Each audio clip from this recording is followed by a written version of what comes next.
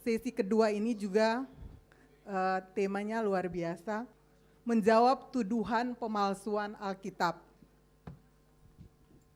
Oke, saya persilakan Pak Bambang untuk menjabarkan sesi yang kedua, menjawab tuduhan pemalsuan Alkitab. Silakan Pak. Ya, shalom. Kita lanjutkan perbincangan kita ini dan saya akan mengawali dulu tentang naskah Perjanjian Lama. Salah satu yang menjadi tema yang sering dipertanyakan adalah tentang apa benar Alkitab yang kita percaya itu asli. Padahal sebetulnya kalau ngomong asli itu makna asli apa dulu yang dimaksud kan? Kalau disebut asli dalam pengertian bahasa aslinya, ya baik Quran, Taurat, Injil ya masih ada.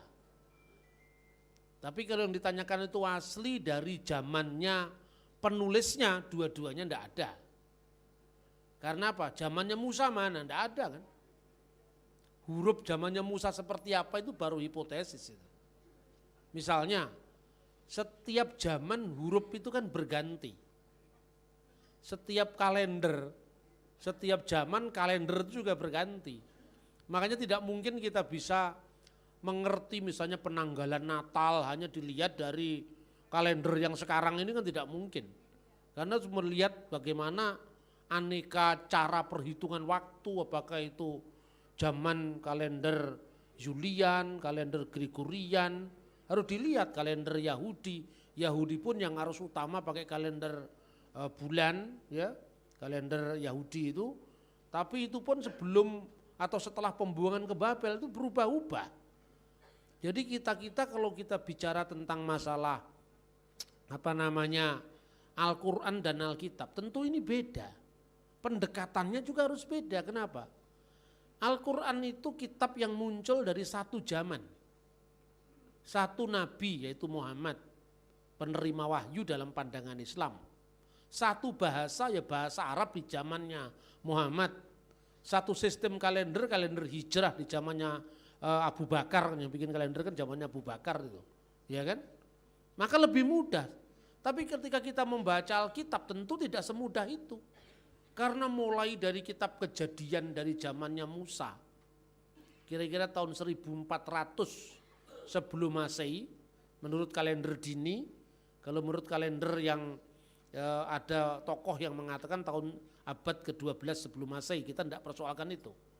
Sampai kira-kira sebelum tahun 95 Yohanes menulis surat-suratnya, yaitu 1, 2, 3 surat Yohanes di Efesus. Itu jarak waktunya lebih daripada 1400 tahun. Otomatis nama-nama bulan juga bergeser. Nama bulan Nisan itu kan pengaruh Babel. Maka Nisanu jadi Nisan. Nah ketika kita membaca teks dari kitab Taurat, suasananya masih suasana Mesir. Tapi begitu kitab Yosua, suasananya suasana Israel. Karena kan Musa tidak pernah sampai di tanah perjanjian. Nah ini lebih rumit tentu saja, sama dengan kira-kira kalau kita bandingkan. Sejarah hidup Presiden Soeharto dan Ensiklopedia Indonesia mulai dari zaman prasejarah sampai zaman Jokowi, coba sulit mana sekarang? Kalau bicara tentang riwayat hidup Pak Harto ya bahasa Jawa, bahasa Indonesia, bahasa Inggris cukup. Tapi kalau bicara tentang misalnya prasejarah Indonesia sebelum abad keempat, di mana itu Indonesia informasinya? Tidak ada. Informasi lokal enggak ada. Kan Prasasti Kutai abad keempat itu. Zamannya Mula Warman. Tetapi syair India dari abad pertama Masehi, misalnya Srimad Valmiki Ramayana sudah menyebut Indonesia. Bahkan Papua itu disebut. Dalam syair Valmiki itu kan abad ke pertama ya, tahun 120 atau awal abad kedua lah kira-kira. Yatna Wantu Yawa Dvipam Sapta Raju Pasu Bitam Suwarna Rupiaka Dwipam Suwarna Karaman Ditam Jawa Dwipa Mati Kramya Sisiru Nama Parwata. Itu bahasa apa itu? Nah, kan Anda nggak ngerti itu, jangan ngerti Alkitab. Kenapa? Bahasanya cuma bahasa Inggris, bagaimana Anda bisa ngerti Alkitab? Suasana, kebudayaannya, arkeologinya, kita tidak tahu. Zamannya India itu, abad pertama Masehi, Yawadvipa, jelajahilah pulau Jawa. Yatnawanto Yawadvipam. Saptarajo 7 kerajaan, Pasubitam sebagai hiasan. Bahasanya aja beda dengan bahasa Indonesia sekarang. Kita mau ngerti zaman kerajaan Sriwijaya, Bala Putra Dewa. Bahasanya bahasa Melayu tapi Melayu zaman itu. Coba ketika saya tanyakan orang yang suka mengkritik Alkitab. Tapi modalnya hanya Alkitab bahasa Indonesia. Jadi modalnya murah 125.000 plus indeks kan itu kan. Kalau hanya begitu Anda mengkritik Alkitab itu pangkatmu apa? Saya bilang begitu. Saya itu gimana? Harus saya jujur kan. Saya itu orang yang bukan guru sebetulnya saya. Saya ini agitator. Agitator itu kalau ngomong lancar, tapi memang ya meyakinkan itu. Tapi kalau disuruh ngajar saya enggak telaten. Makanya supaya enggak ditanya cepat-cepat saya habisi aja supaya enggak ada pertanyaan lagi. Supaya cepat selesai, tapi yakin dulu gitu loh. Karena apa? Kalau kita ngajar satu-satu, itu enggak selesai-selesai. Nanti kita kalah lagi dalam pergerakan. Ngerti ya saya maksud Bapak Ibu? Saya perlu lihat perkembangan orang luar itu ngeri juga sekali saya. Makanya Anda tidak mungkin bisa belajar semuanya. Anda harus fokus pada satu bidang, tapi tidak awam bidang yang lain. Itu baru Anda bisa ngejar. Orang tidak mungkin sekaligus suruh belajar Ibrani, Aramaik, Arab. Itu waktunya kan panjang. Fokusmu harus satu. Milih Ibrani, tapi jangan awam Arab. Jangan awam Aramaik. Milih Arab tapi jangan awam Ibrani supaya Anda bisa mengintegrasikan. Selama ini kan gitu. Orang Islam cuma ngerti Arab tapi nggak ngerti Ibrani. Orang Kristen ngerti Ibrani nggak ngerti Arab. Padahal dua bahasa itu kan sebetulnya serumpun. Dengan kita membangun jembatan secara lingual ini, orang bisa masuk ke kebudayaannya. Nah, apalagi kita baca Alkitab. Saya berikan ilustrasi mudah sekarang. Begitu dalam satu pertemuan saya tanya, saya mau membaca prasasti Kedukan Bukit. Itu abad ke-7 Kerajaan Sriwijaya. Perhatikan kata-kata saya. Saya bilang begitu. Dapun tayang naik di Sampau ngalap Sidayatra. Siapa yang bisa mengartikan bahasa saya ini? Ini bahasa apa? Ini bahasa Indonesia, ini bahasa Melayu. Tapi Melayu abad ke-7. Ayo sekarang. Tidak ada yang ngerti, saya tambahi lagi. 1 juta kalau ngerti satu kalimat. Padahal sebetulnya Anda ngerti. Cuman bahasa ini kan tidak lazim. Dapun tayang itu nama orang. Yang itulah yang menjadi kata sembah yang. Menyembah yang itu Tuhan. Waktu itu belum muncul kata Tuhan dalam pengertian yang ilahi. Tuhan itu artinya Tuhan Janaka, Tuhan Kanaka, nama Patih, nama Raja itu Tuhan. Mulai kapan kata Tuhan bergeser menjadi kata Lord dalam pengertian divine? Kita ngomong seperti itu, kalau saya ngomong ketuhanan yang Maha Esa, kata Tuhan munculnya kapan? Prasasti pertama yang menyebut itu prasasti Trengganu. Di mana kata Allah Rabbul Alamin diterjemahkan Dewata Mulia Raya. Jadi Allah itu diterjemahkan Dewata di prasasti Kutai. Karena apa? Pengaruh bahasa Arab belum dominan. Bahasa Sanskerta sudah mapan waktu itu. Ini gambarannya ya. Tidak ada yang tahu, tidak ada Pak. Dapun tayang nama orang. Tidak ada yang tahu. Naik. Naik itu naik. Seperti kata baharu menjadi bahru di Malaysia, baru di Indonesia. Sebelum tahun 60-an baharu di Indonesia. Naik, naik. Di itu artinya ke sekarang. Sampau itu sampan. Ngalap itu mengejar, tidak ada dalam bahasa Indonesia, tapi dipertahankan dalam bahasa Jawa. Ngalap berkahi Kiai Hasyim Asy'ari. Mengejar berkahnya Kiai Hasyim. Itu kata ngalap. Sidayatra sepenuhnya Sanskerta. Ini bahasa Indonesia abad ke-7.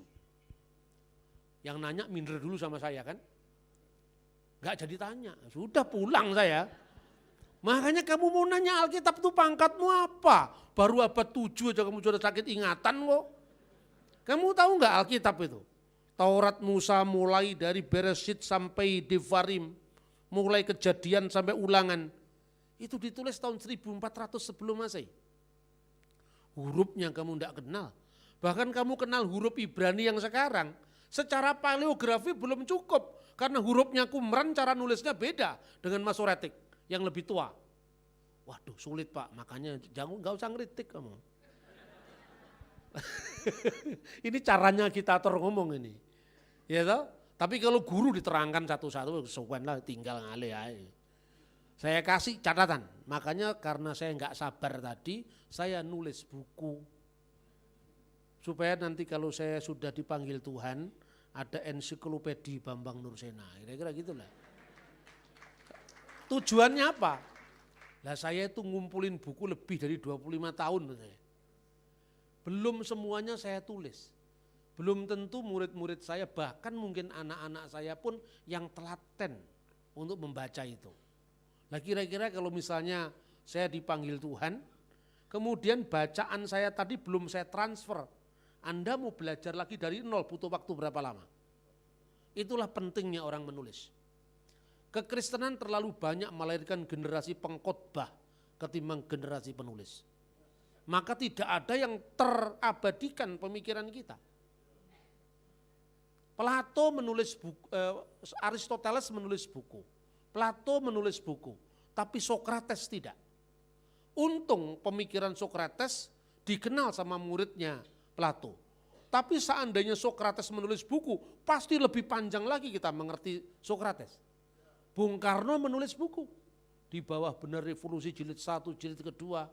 Tapi banyak founding fathers kita tidak menulis buku. Pemikirannya hilang di telang zaman. Ini baru tahun berapa, di abad berapa. Ini Alkitab dari tahun 1400 sebelum Masehi terabadikan sampai hari ini. Loh mestinya kan kita justru bangga. Nah makanya saya lihat, mari tayangannya. Perhatikan ini gambarnya siapa? Paus Yohanes Paulus II. Ini Rabi Yahudi di Yerusalem. Ini Patriark Gereja Ortodok di Yerusalem. Perhatikan, duanya ini percaya Tuhan Yesus, ini enggak percaya Tuhan Yesus. Kitab yang dia baca ini apa? Perjanjian Lama. Kok bisa Yahudi enggak percaya Yesus, Paus percaya Yesus, Patriark percaya Yesus, kok Alkitabnya masih sama? Nah ini, perhatikan. Terus kue nuduh Alkitab palsu itu sing asli sing endi. Tunjukkan sekarang itu loh. Nah, pola pembuktian seperti ini kan tidak banyak dilakukan orang. Makanya sebetulnya teolog itu perlu belajar hukum. Kayak saya begini. Karena kalau Anda belajar hukum itu kan ada itu alat bukti itu bagaimana memunculkan gitu kan. Karena teolog itu sejak awal sudah dipercaya. Percaya saja, percaya tok, tesen gitu loh. Karena kalau orang sejak lahir Kristen percaya saja cukup. Tapi ketika iman kita dikomunisikan kepada orang lain enggak cukup. Karena orang ini enggak percaya dengan apa yang kita percaya. Harus ada jembatan untuk komunikasi. Pertanyaannya, Kristen dan Yahudi ini berpisah 2000 tahun. Kapan Kristen mulai berpisah dengan Yahudi? Konsili Yamnia, dekatnya Tel Aviv. Ketika orang Kristen dikutuk orang Yahudi. Terkutuklah orang Nosrim dan Malsinim. Para pengumpat itu termasuk Nosrim itu Kristen, Saduki itu dikutuk sama orang Parisi karena Parisi yang bikin fatwa itu. Ya toh? Terus kemudian ditambahkan yang namanya Birkat Haminim. Kutukan terhadap orang minim, orang sesat, ya. Nah, itu tahun 90-an Masehi. Tetapi kenapa Tauratnya Kristen sama dengan Tauratnya Yahudi? Nah, terus kemudian pihak yang nuduh itu mengatakan kitab Taurat adalah kitab yang diwahyukan oleh Allah kepada Nabi Musa melalui malaikat Jibril. Naskahnya mana sekarang? Yang turun itu turun dari mana? Begitu dia lihat kitabnya orang Kristen enggak turun. Lah ini palsu. Lah kamu yang paling baru bikin definisi, buktikan dulu kalau definisimu benar. Oh memang Alkitab tidak pernah turun dari mana-mana kok. Yang ngomong turun itu kan kamu. Kamu ngomong turun berarti kamu yang harus membuktikan kapan turunnya. Kan begitu kan? Nah terus zamannya Musa itu bahasanya apa? Kan tidak mungkin kalau zamannya Musa bahasanya Arab. Kan tidak mungkin misalnya di zaman Abraham ada nama orang Azar misalnya. Kan bapaknya Abraham namanya Azar. Ya toh? Dalam versi Islam. Kalau versi Kristen adalah Terah. Nah ternyata penemuan arkeologi dari Leonard Woolley tahun berapa? 1930-an sampai 1960-an itu ternyata ditemukan kota-kota kuno di Ur itu antara namanya Tel Turahi, Tel Nahur, Tel Seruk, Tel Haran kok mirip nama Terah, Haran, Seruk, Nahor. Iya toh? Nah ini arkeologi yang membuktikan. Ini tapi ini turun apa ya? Sekarap-karapmu lah turun itu kan keyakinanmu. Orang lain kan nggak mau turun, kamu yang turun sendiri kok. Kira-kira seperti itu. Lah ini bukti kan. Yang tidak percaya Yesus, yang percaya Yesus kok kitabnya sama. Ya kita lanjutkan.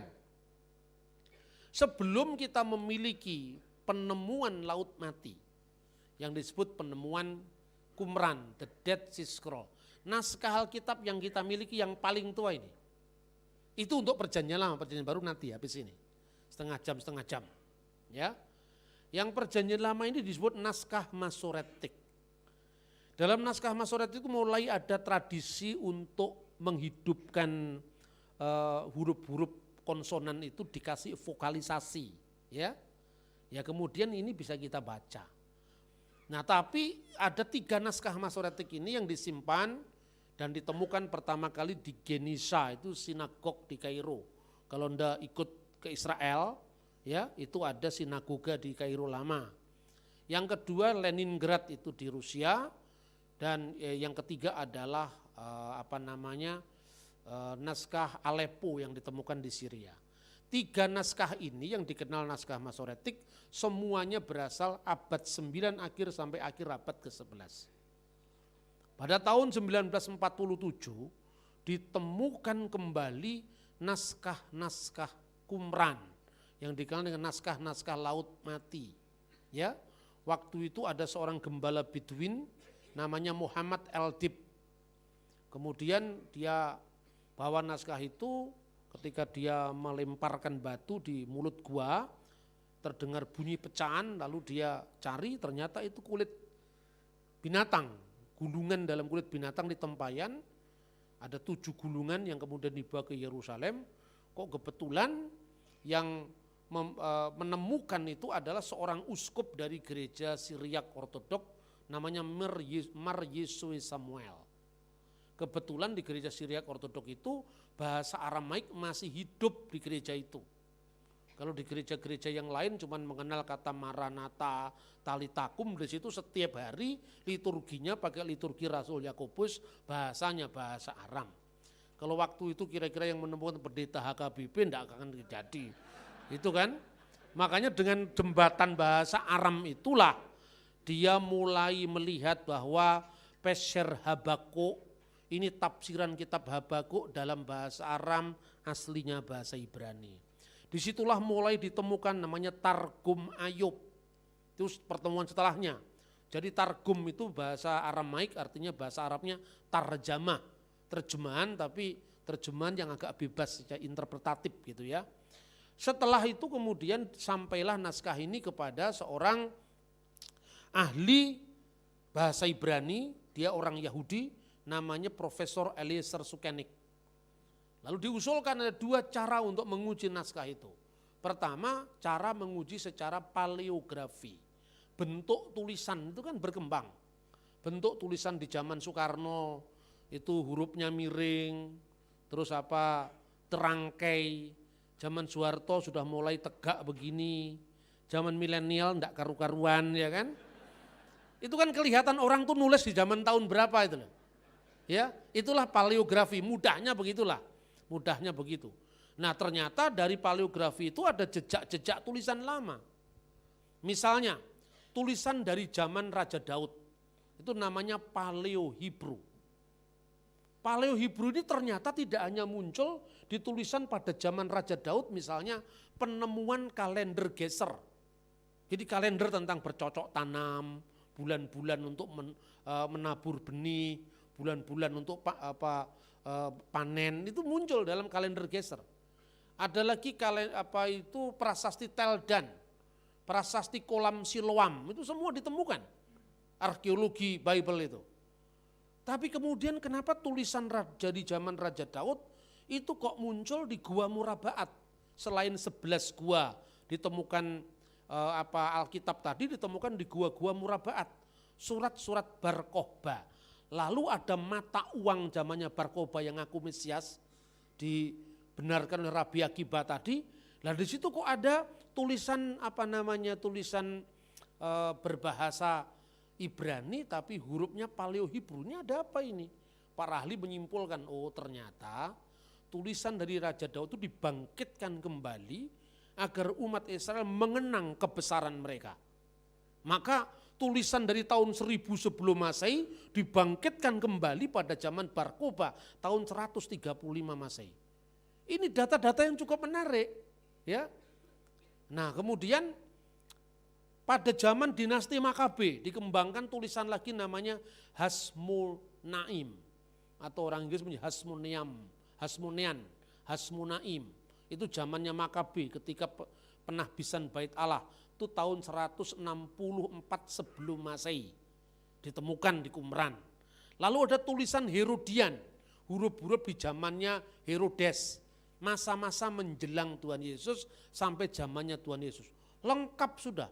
Ada Paleo Hebrew, ada Hasmonaim, ada Herodian. Lalu tinggal melacak, berarti Qumran itu dihuni tidak hanya pada satu zaman. Lalu pikirkan oleh para sejarawan antara kira-kira zamannya Yonatan Makabe sampai tahun 68 setelah Masehi. Itulah Qumran. Berarti kitab-kitab yang ditemukan di sana itu ada kitab yang jauh lebih tua dari abad pertama. Itu misalnya pecahan-pecahan dari kitab Ulangan, ya, dari kitab Keluaran. Lalu kenapa? Karena sebelum mereka masuk ke Qumran itu, mereka sudah membawa gulungan kitab mereka yang ditulis sebelumnya di Yerusalem. Jadi ini pustaka dari berbagai zaman. Hampir seluruh dari 11 gua itu ditemukan Alkitab semuanya naskah kecuali kitab Ester. Nah ini yang menarik sekali ya. Setelah dibandingkan selain dari paleografi, ada uji karbon C14. Ditemukan naskah itu sekitar abad kedua sampai sebelum Masehi sampai abad pertama Masehi. Hebohlah dunia saat itu, ternyata naskah-naskah itu setelah dibandingkan tidak jauh bedanya dengan naskah Masoretik. Cara penulisannya bisa beda, misalnya nulis kata Elohim itu dalam naskah Qumran ditulis dengan 6 huruf. Di dalam naskah Masoretik ditulis dengan 5 huruf. Alef, Lamed, He, Yod, Mim. Tapi dalam naskah Qumran matres leksionisnya itu Elohim, Lamed, Waw, Yod, Mim. Elohim. Apa ini pemalsuan? Sama dengan Anda nulis Pancasila dengan TY dengan C. Oh, Pancasila zaman Bung Karno sebelum tahun 72. Satunya setelah tahun 70-an, ejaan yang disempurnakan itu kan. Tapi naskah yang lama dan yang baru dua-duanya masih ada. Daripada kita ngomong, inilah naskah yang dijaga oleh Tuhan seluruh sekalian alam. Tidak ada yang menandingi naskah ini. Nah itu kan karepmu, buktinya mana? Lah orang lain yang enggak ngerti bahasamu kan enggak mungkin. Gitu loh. Saya berikan contoh. Itu teman saya ini orang-orang asing itu sudah nginjek kaki saya. Kamu dideportasi loh macam-macam kamu. Enggak, saya bilang ada di tempatmu ada. Bahasa apa namanya? Bahasa Jawa. Bahasa apa itu Jawa? Kami itu punya ribuan bahasa. Bahasa yang paling indah itu bahasa Jawa saya bilang. Ya karena saya ngertinya cuma Jawa. Saya disuruh ngomong Papua juga nggak ngerti. Lalu parameternya apa ngukur itu bahasa yang paling indah? Ini mitos yang dikembangkan. Lalu saya disuruh kasih contoh. Coba kamu berikan contoh. bahasa yang paling indah itu seperti apa? Nah, kan kalau itu aturan-aturan bahasa Arab itu kan ada, kalau orang Jawa nyebut guru lagu. Di Arab itu kalau subjek itu ada namanya mansub, itu majrur ya. Terus apa lagi satunya itu? Marfu itu kalau subjek ya, misalnya Muhammadun kataba kitaban. Kalau nama Arab mesti ditanwin kalau Bambang nggak bisa karena nama Jawa. Nggak ada Bambangun, nggak bisa. Nama Arab itu bisa didobelkan. Misalnya Jalaluddin Suyuti, Jalaluddin Mahali, 2 orang namanya Jalaluddin, Jalal lain, itu bisa bahasa Arab. Aturan semacam itu hanya ada dalam bahasa Arab, Ibrani nggak ada, hanya Arab itu loh. Nah tapi apakah ini bukti keunggulan bahasa Arab? Tidak juga, karena bahasa Jawa punya aturan yang bahasa Arab enggak ada. Itu namanya guru lagu. Tapi bagaimana orang Kairo ngerti guru lagu? Kamu contohkan. Wonten malih jangkaning negari. Duh kaget juga. Bagus juga ya, itu bahasa paling indah. Oh yang ngerti saya, dia enggak ngerti kok. Ya. Lamun benjang wonten buron wono. Dia bilang, tidak sama. Saya bilang sama, tidak sama, saya bilang. Habis ujian nilai saya C. Tidak masalah bagi saya, orang Indonesia nggak tahu nilai saya berapa. Yang penting saya lulus kan. Nilai itu bagi saya tidak penting. Yang penting saya bisa mengubah paradigma orang. Habis itu saya datang lagi ke kampus saya setiap tahun, kalau saya pas ada kunjungan ke Mesir, itu dosen ini masih ngajar, masih. Pernah ngomong itu, nggak pernah ngomong lagi, nggak berani lagi dia ngomong. Iya toh?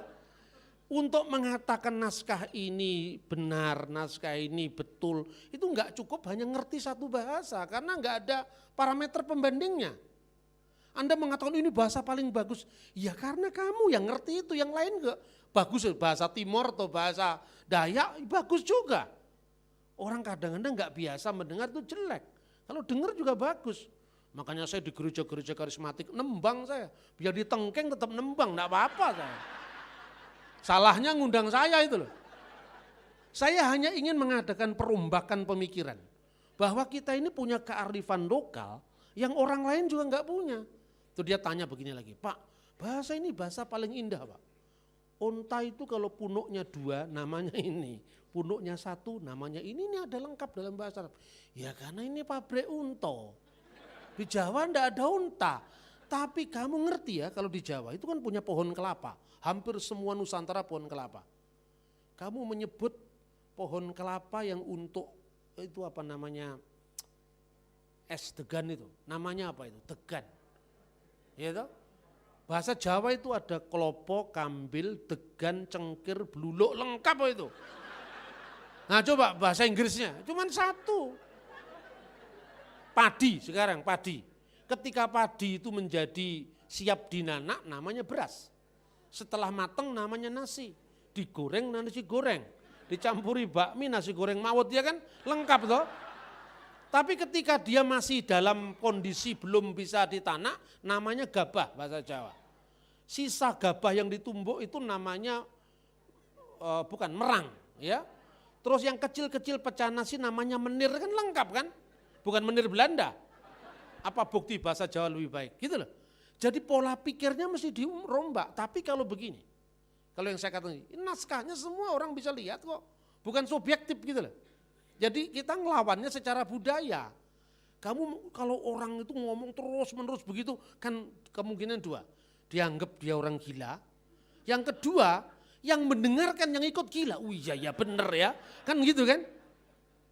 Gitu loh, jadi banyak contoh-contoh seperti itu. Misalnya orang Kristen ini mau menjadi Islam. Ya bagi saya orang mau pindah agama itu biar aja. Ngomongnya begitu dan batin saya enggak ngomong begitu. Ini orang Indonesia itu kalau polos-polos kan susah kan kita ini kan. Ya, tapi saya bilang dasarmu apa? Kalau kamu mengambil keputusan ya silahkan. Tapi sebelum mengambil keputusan, teliti dulu apa benar klaim-klaim seperti itu. Gitu loh. Jadi saya hanya ngajak orang mikir. Ya. Saya lanjutkan supaya enggak panjang. Nah, sebelumnya apa ini sebelumnya? Jadi setelah ditemukan The Dead Sea Scroll ini, naskahnya ini, ya, ini isinya dari kitab Yesaya, panjangnya 731 cm, lebarnya 31 cm. Ini setelah diuji dengan radiokarbon dan paleografi ternyata ditulis dari tahun 150 sebelum Masehi. Yesaya utuh itu naskahnya. Kalau Anda mau lihat ini, ikut saya ke Israel. Ya betul, sebab tidak semua grup masuk ke museum. Grup saya masuk ke museum. Supaya apa? Loh, orang kita punya naskah 2000 tahun kok kita enggak sampaikan. Lah ini jelas toh, paleografi bisa dibuktikan. Soal ada perbedaan misalnya varian-varian teks, itu wajar. Jadi gini, bukan sekedar Yahudi dengan Kristen. Sekarang saya kasih yang lebih tua lagi, Samaria. Orang Samaria yang kita kenal sebagai orang Samaria baik hati, normatif. Ceritanya dalam Injil Lukas. Tapi orang Samaria itu meninggalkan naskah bagi kita, Torah Somron, Torah Samaria. Di situ memang ada beberapa perbedaan, misalnya ya, dan perbedaan itu membawa arti, misalnya gini, Kejadian pasal 22 ayat 2, dalam teks Masoretik yang dianut orang Kristen dan orang Yahudi, itu bunyinya begini, Wayomer dan berfirmanlah, maksudnya Tuhan, Chahna et bincha, et yehidcha aser ahabta, et yitsak, wileh leka el aret hamurya.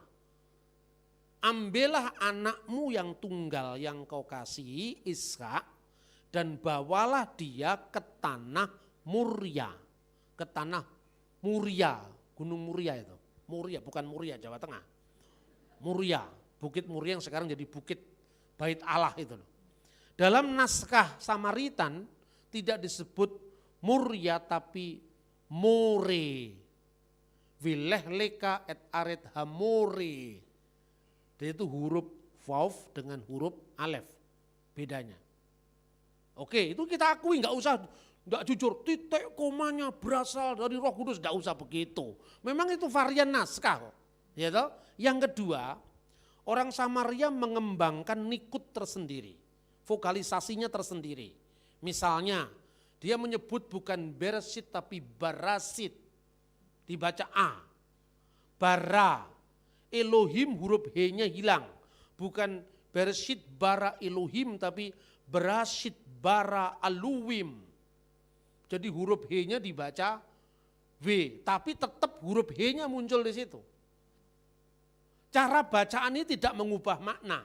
Karena dia mengembangkan pola bacaan sendiri. Tetapi yang ada perbedaan bacaan tadi kita akui. Bagi kita orang Kristen bagaimana? Apakah orang Kristen bingung? Tidak perlu.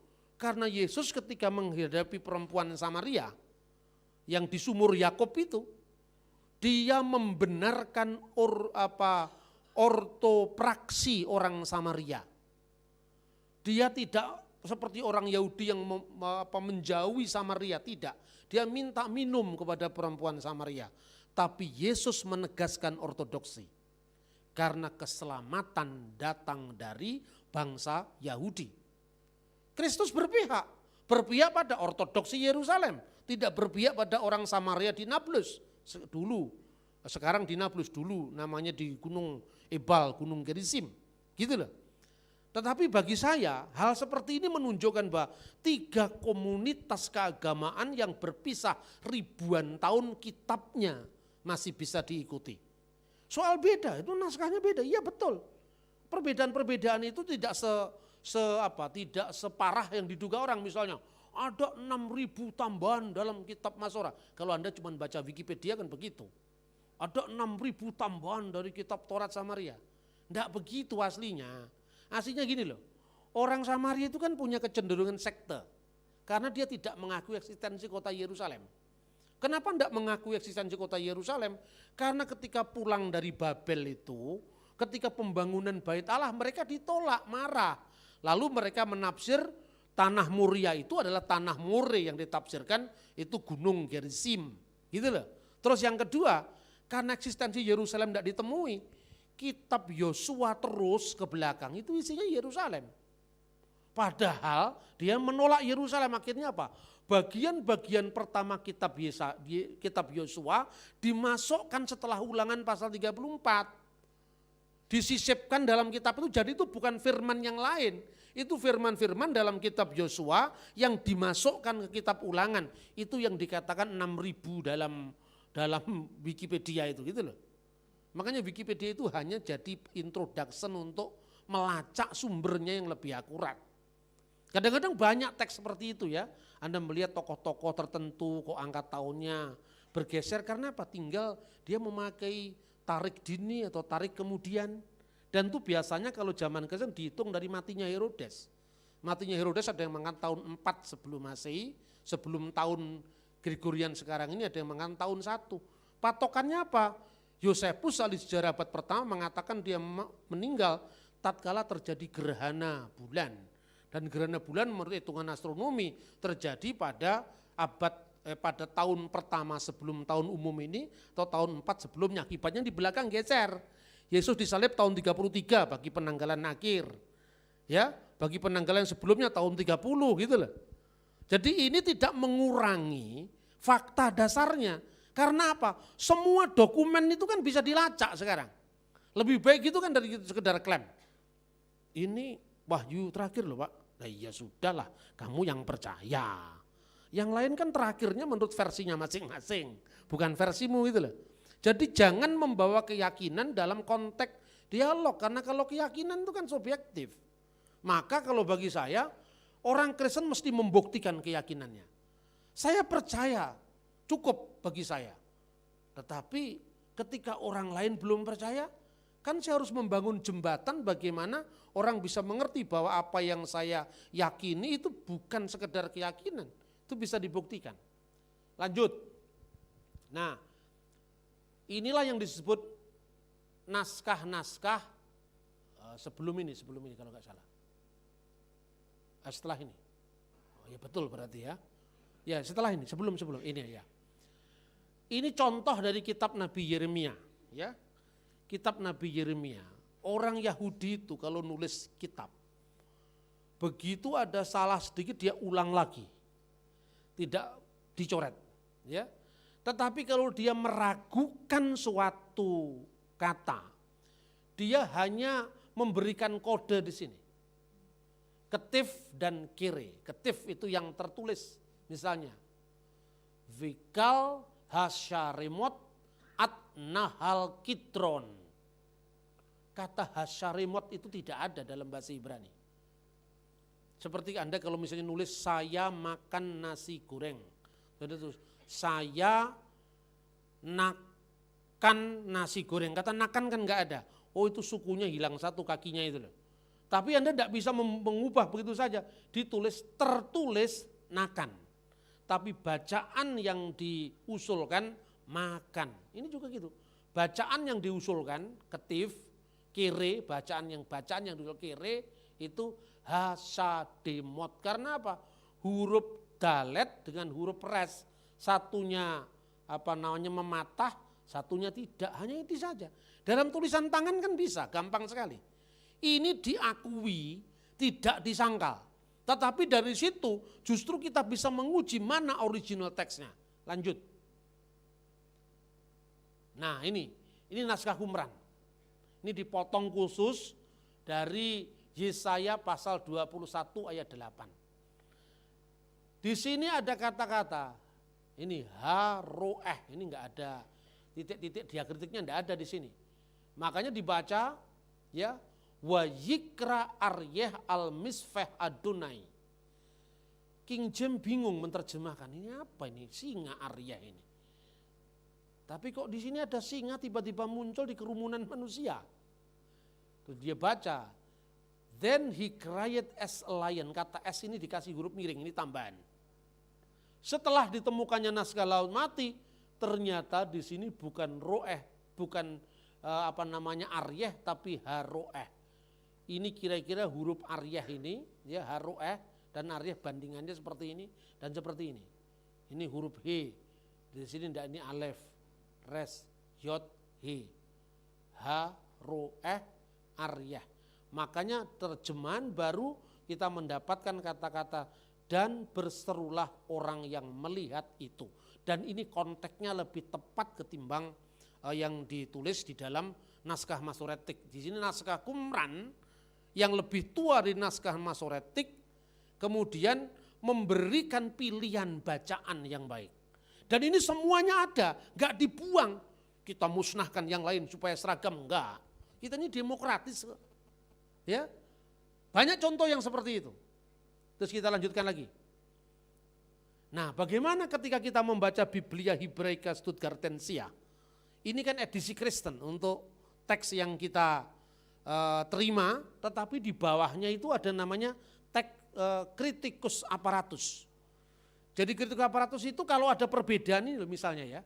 Di sini ada ayat 8, ini ya. Wajikra ya, mana tadi? Aryah ya. Di sini ada angka mana? Angka 8. Di sini ada huruf kodenya. B. Lalu ditulis di sini angka 8 huruf B, Khi Qumran, Ha Roeh. Jadi menurut naskah Qumran bacaannya bukan Aryah tapi Ha Roeh. Jujur semua diakui di sini. Jadi orang bisa memilih mana bacaan yang kamu pilih. Makanya orang Yahudi sama orang Kristen sekeras apapun perdebatan mereka, tapi mereka mengacu pada teks yang sama. Dan yang namanya teks Masoretik itu tidak satu loh. Ada yang namanya Masora Makna, teks kebanyakan, ada yang minor. Beberapa naskah yang minor itu kadang-kadang yang dipilih oleh orang Kristen. Dan ini banyak hal yang terjadi seperti misalnya, kitab Mazmur pasal 22 ayat 17, kalau urutan Inggris 16. Itu tertulis begini, itu bacaannya keari atau karu. Kalau karu itu artinya mereka menusuk, yadai weriglai, tanganku dan kakiku. Bagi orang Kristen ini bukti penyaliban. Orang Yahudi mengatakan kari, keari, seperti singa. Teks selanjutnya dalam Mazmur pasal 22 itu untuk singa Aryah, bukan Ari, hanya di situ kata Ari muncul. Satu. Kemudian ternyata di naskah Masoretik itu ada pilihan bacaan yang Masora Makna itu huruf Yod, ya, yang ada 3 naskah kalau tidak salah menyebut itu karu, mereka menusuk. Setelah ditemukan teks Qumran, khususnya penemuan di gua Nahal Hefer, ternyata bacaannya huruf Waw, bukan huruf Yod. Karu yadai weriglai. Berarti King James tidak ngarang. Lembaga Alkitab tidak ngarang karena ada bukti naskahnya. Usut punya usut ternyata pada abad ke-15 ada seorang Yahudi yang masuk Kristen. Namanya Yakub bin Qayyim. Makanya kemudian naskah ini kelihatannya dihindari. Tapi 2 naskah yang menyebut seperti singa tanganku dan kakiku. Ari seperti singa, keari seperti singa. Satunya karu, mereka menusuk. Huruf terakhir vav itu kan menunjuk mereka di belakangnya itu. Ini sama dengan bahasa Arab. Misalnya bahasa Arab misalnya berpuasalah kalian, ya. Summu mim lalu waw di belakang. Itu menunjukkan subjeknya ini menunjuk kepada orang banyak. Kalau satu ya summu itu saja. Jadi itu bisa dilihat, tapi nggak usah masuk ke sana lah, ini pusing nanti Anda. Tapi paling tidak percaya sama saya, ini memang buktinya lengkap. Ya, lanjut. Ini bukti tentang perbedaan penulisan, ini saya katakan. Ha Elohim, ini Hebrew Bible, Masoretik, ini naskah Qumran ditulis dengan 6 huruf. Begitu juga Adonai ditulis dengan 6 huruf, satunya ditulis dengan 5 huruf. Ini bukti-bukti naskah Mazmurnya, potongannya ditemukan. Nah saudara-saudara Anda lihat, saya begitu bicara naskah Masoretik ini saya sangat berterima kasih pada gereja Katolik, khususnya Ordo Fransiskan, yang memang mengawal penemuan ini dari awal di Israel. Kalau kira-kira nggak ada Kardinal Ratzinger yang akhirnya menjadi Paus Benediktus XVI mungkin kacau balau itu. Karena apa? Karena naskah Qumran itu waduh luar biasa itu kesalahpahaman orang luar. Kristen sendiri aja yang populer-populer itu, orang Kristen populer yang tidak pernah mikir serius itu, menyalahpahami Qumran. Ini kacau balau ini. So, kode rahasia membaca Qumran, rahasia dari mana itu? Rahasia dari mak lampir apa? Orang naskah-naskah jelas begini kok dipakai kode rahasia. Orang yang percaya itu, yang begitu. Ini yang nulis ini orang hebat Pak, orang hebat tapi dia wartawan nggak ada kaitannya dengan studi klasik gitu kan. Gitu loh, banyak yang makanya muncul itu tulisannya Dead Sea Scroll Qumran pertama kali itu yang nulis orang Muslim itu. H.M. Rasidi, Menteri Agama pertama kali. Mengapa saya tetap memilih Islam? Lah kamu mau Islam atau enggak urusannya apa dengan Qumran? Enggak ada hubungannya itu, iya kan? Tapi ya sudah itu, pokoknya yang satu ini pede sekali, yang Kristen minder itu kompleks. Itu masalahnya. Anda belajar berapa tahun di STT, mana tulisanmu? Mana karyamu? Orang cuma menulis tesis, menulis ini hanya fokus yang diteliti itu, tapi implementasi belajar itu mana untuk konteks ini gitu. Makanya saya ini terus terang aja saya lebih baik nggak jadi pendeta saya. Kalau begini kalau pendeta kan dicari kelemahannya, Pak Bambang ngomongnya kasar. Kalau saya kasar memang bukan pendeta, mau apa kamu kan? Enak jadi saya kan? Itu kan kadang-kadang ini orang ngomong secara intelektual. Tapi orang tidak membantah ini normatif yang dipersoalkan ini sering menjengkelkan. Daripada saya cepat mati lebih baik enggak sudah sekalian. Tetapi sebetulnya saya pendeta juga. Membuktinya tetap diundang saya. Saya sudah koreksi saya ini bukan pendeta. Bukan. Tetap aja ditulis pendeta ya sudah saya capek ngoreksi. Mau apa sudah saya katakan. Sampai di dokumentasi buku saya loh. Sampai di Wikipedia mengatakan seorang ini yang enggan jadi pendeta. Ini kan tetap ada. Masih dipersoalkan. Ditahbis di mana? Tidak ada yang nahbis saya. Memang saya enggak milih kok. Saya itu enak jadi begini gitu loh. Ngomong Pancasila bisa, ngomong Qumran bisa, khotbah di gereja yang mau ngundang juga bisa. Kan gitu kan? Nah, saya lanjutkan. Ini bukti-bukti.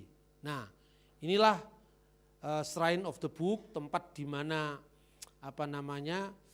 laut mati naskah kalau masih disimpan ya. Itu di di Israel ya. Nah itu untuk perjanjian lama. Jadi artinya Yahudi, Kristen, Samaria punya Taurat yang satu. Yahudi dan Kristen satunya tidak percaya Yesus, satunya percaya punya perjanjian lama yang satu. Orang Kristen menyebut perjanjian lama, orang Yahudi enggak mau menyebut perjanjian lama karena perjanjian baru belum datang. Makanya mereka menyebut tetap aja Torah, Nevim, Ketuvim. Kitab Taurat, kitab nabi-nabi dan tulisan-tulisan yang lain. Nah sekarang kita mulai baca perjanjian baru. Perjanjian baru. Tuduhan bahwa Alkitab Injil sudah dipalsukan. Ini naskah yang saya munculkan ini yang disebut P66. Ini loh. Euangelion kata Lukan. Ini akhir dari Injil menurut Lukas. Euangelion kata Yohanan. Ini loh. En arki in ho logos. Ke hologos in prostontion, ketios in hologos. Ya ada di sini. Ya, lanjut. Nah mereka ini yang saya katakan. Dulu kitab-kitab seperti ini hanya berlaku untuk anak-anak pesantren. Ini diajari kayak gini. 4 naskah itu diimpun oleh 4 orang. Ini dari kitab Al-Jawahirul Kalamiyah. Ini kitab kuning yang biasa dibaca di pesantren-pesantren NU. Di antara mereka ada yang tidak pernah melihat Nabi Isa sama sekali. Pertanyaan sekarang dibalik. Nabi Muhammad ketemunya kapan, melihatnya kapan? Malah jaraknya 500 tahun lebih. Lah ini kan hidup di zaman yang sama. Ya toh? Itu kalau kita ngukur agama orang dari ukuran kita. Mereka 4 penghimpun itu Matius, Markus, Lukas, dan Yohanes. Injil dari 4 naskah tadi ada pertentangan satu sama lain. Dan banyak hal, sebenarnya kaum Nasrani memiliki banyak naskah Injil selain 4, tetapi setelah lebih dari 200 tahun dari diangkatnya Nabi Isa, mereka sepakat untuk tidak memakai naskah Injil selain yang 4 tadi untuk menghindari banyaknya pertentangan antara yang satu dengan yang lain di antara naskah-naskah itu. Buku ini judulnya Tarjamah Jawahirul Kalamiyah, Jawa Pegon, ya. Jawa tulisan Arab dan bahasa Indonesia. Ini diterjemahkan oleh Ahmad Sunarto penerbit Al-Miftah untuk madrasah ibtidaiyah, sekolah dasar dan pesantren. Ini kurikulum untuk anak SD kelas 5 atau kelas 6. Diajari begini. Ya benar yang ngajar, salahnya kita. Kenapa kita tidak melengkapi anak-anak kita? Mereka umur SD sudah diajari kitab Injil itu salah. Tapi kita juga diajari juga. Kingkong badannya besar, lebih aneh binatang bebek. Anehnya bebek itu zaman purbakala ya seperti itu. Ini artinya apa? Kita ini underestimate pada anak-anak kita gitu loh. Makanya kurikulum sekolah minggu harus dirombak. Supaya kalau anak-anak kita nanti masuk SMP, ditanya teman yang seperti ini dia tidak gagap lagi. Ini loh kira-kira seperti itu. Kita lanjutkan. Ya, kalau ini tadi naskah dari abad pertama, awal abad kedua lah. Tahun 120 Masehi. Pertanyaannya, Rasul Yohanes meninggal tahun berapa? 96 Masehi. Berarti jaraknya 120 diambil 96. Hanya berapa tahun? 24 tahun itu. Itu zaman Pak Harto mengunjungi Tapos itu. Masih muncul itu di berita guntingan koran-koran Kompas tahun itu 98. Iya toh? Artinya apa? Ini sangat bisa dibuktikan dan kita memiliki naskah perjanjian baru, ini yang lama ya, ini hurufnya belum ada tanda-tanda titik koma, baru ini dimunculkan ini kan, enarki in hulogos, ke hulogos in prostontion, kitios en hulogos, autos en in arge prostontion dan seterusnya. Ini masih ada, panta di auto egenut dan seterusnya masih ada. Dan ini tunjukkan, ini dari abad kedua awal, ini abad sekarang, sama apa enggak? Kan gitu kan cara pembuktiannya. Saya tanya, ini Anda harus membeli Alkitab Indonesia Yunani. Pergi ke Lai, ambil, taruh di gerejamu. Saya lihat persoalannya Pak Martin ada Arab Indonesia. Senang saya, makanya saya hormati. Wah ini Arab Indonesia. Dibaca atau enggak itu urusan belakangan. Yang penting kalau ada orang masuk sini, referensinya lengkap gitu loh. Anda orang datang yang satu ini juga enggak tahu juga. Kan kalau saudara kita muslim itu kalau baca Quran yang penting asli walaupun tidak mengerti. Kalau kita yang penting ngerti walaupun tidak tahu yang asli kan itu kan. Nah alangkah baiknya kalau Anda ngerti dan asli kan itu kan. Keaslian di Kristen dibuktikan. Lanjut. Coba time gap-nya naskah-naskah kuno ini. Misalnya sekarang tulisan Homer, Herodotus ini yang saya kutip berkenaan dengan sejarah kuno. Ini bapak ilmu sejarah. Abad ke-5 sebelum Masehi. Naskah tertuanya ditemukan tahun 900. Berarti time gap-nya 1350 tahun. Jumlah naskahnya cuma 8. Kita disuruh menghafal namanya Plato. Hidup tahun 400. Naskahnya tahun 900 setelah Masehi. Time gap-nya 1300 tahun, jumlah naskahnya 7. Paling banyak tulisan Homer 664, jarak naskahnya time gap-nya 400 tahun dan yang kedua itu adalah nih tulisan sejarawan Yunani ini 200 ya. Tetapi perjanjian baru kita punya lebih dari 5.000 coba bayangkan. Dan ada naskah yang hanya berjarak belasan tahun. Apa itu? Naskah P46. P46 itu isinya surat-surat 10 surat perjanjian baru, surat-surat Paulus. Paulus meninggal di Roma tahun 67 Masehi. Petrus tahun 64, Paulus 67. Naskah tulisannya Paulus ditemukan tahun 85 Masehi. Hanya ada jarak belasan tahun. Anda percaya dengan Aristoteles, Anda percaya dengan Plato, waktu kita kuliah di Fakultas Ilmu Hukum, Ilmu Sosial, menurut Aristoteles manusia adalah zoon politikon, ya kan? Makhluk sosial. Anda pernah nggak melakukan yang namanya textual criticism dari Aristoteles? Nah Alkitab 5.000 lebih naskahnya, masa Anda tidak yakin? Dan itu semua bisa dilihat. Sekarang ini syukur eranya YouTube. Tahun 96 saya mengunjungi Biblioteka Bodmeriana untuk melihat naskah ini. Sekarang Anda cukup klik di Google, Anda akan ketemu.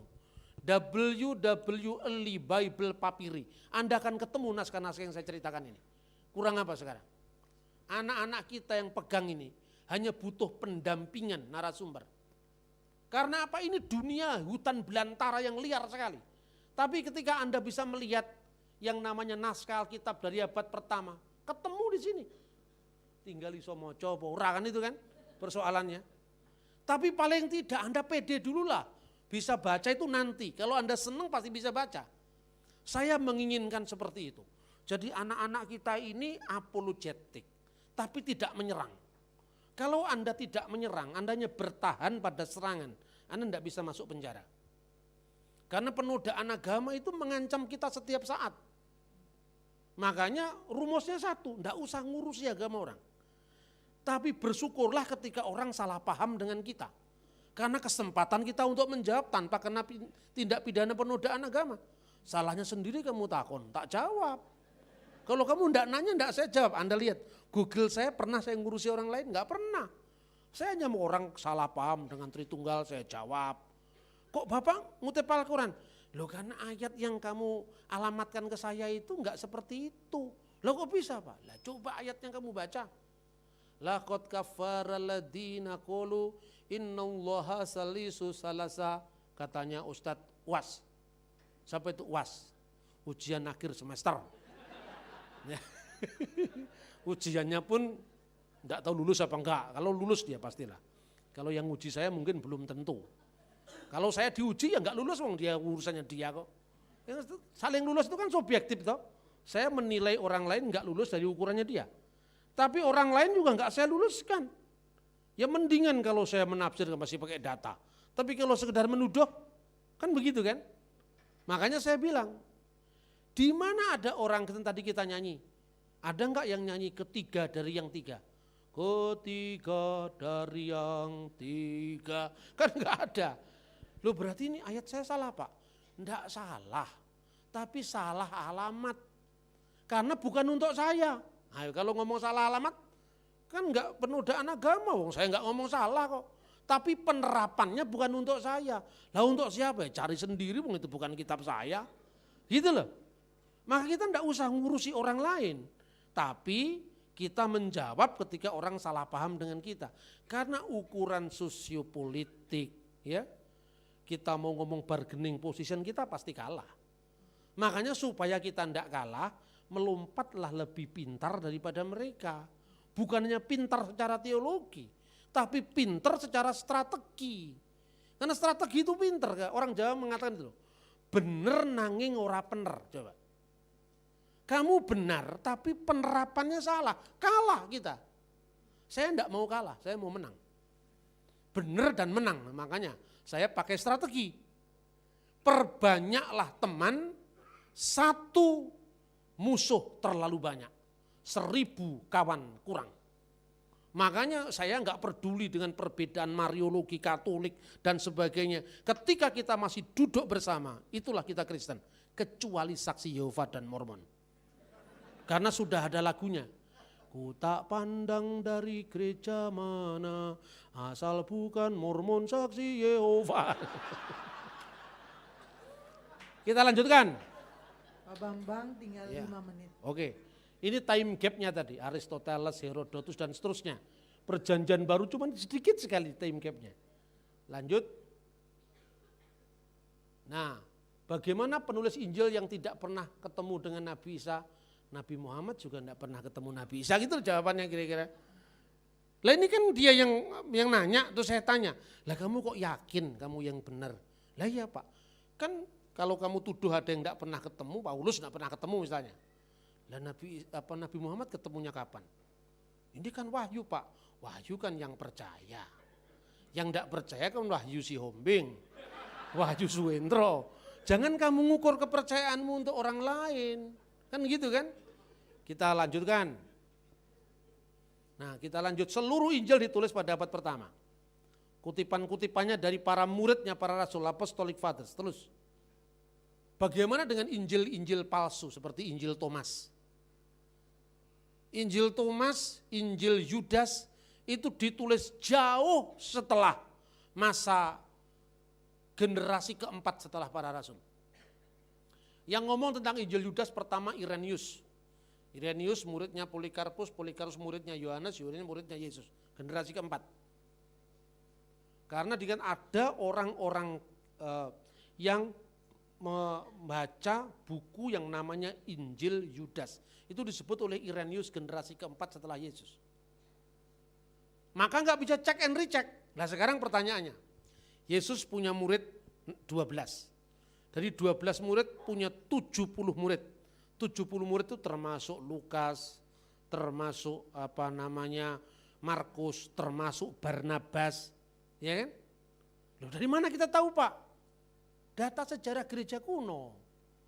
Di Alkitab enggak ada. Kalau saksi Yehova yang tanya begini.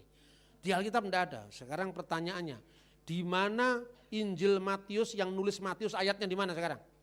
Enggak ada Pak, kok kamu bisa mengatakan Injil Matius? Ya kan dari lembaga Alkitab yang memberikan ini Pak, judul. Kok lembaga Alkitab berani memberi judul karena apa?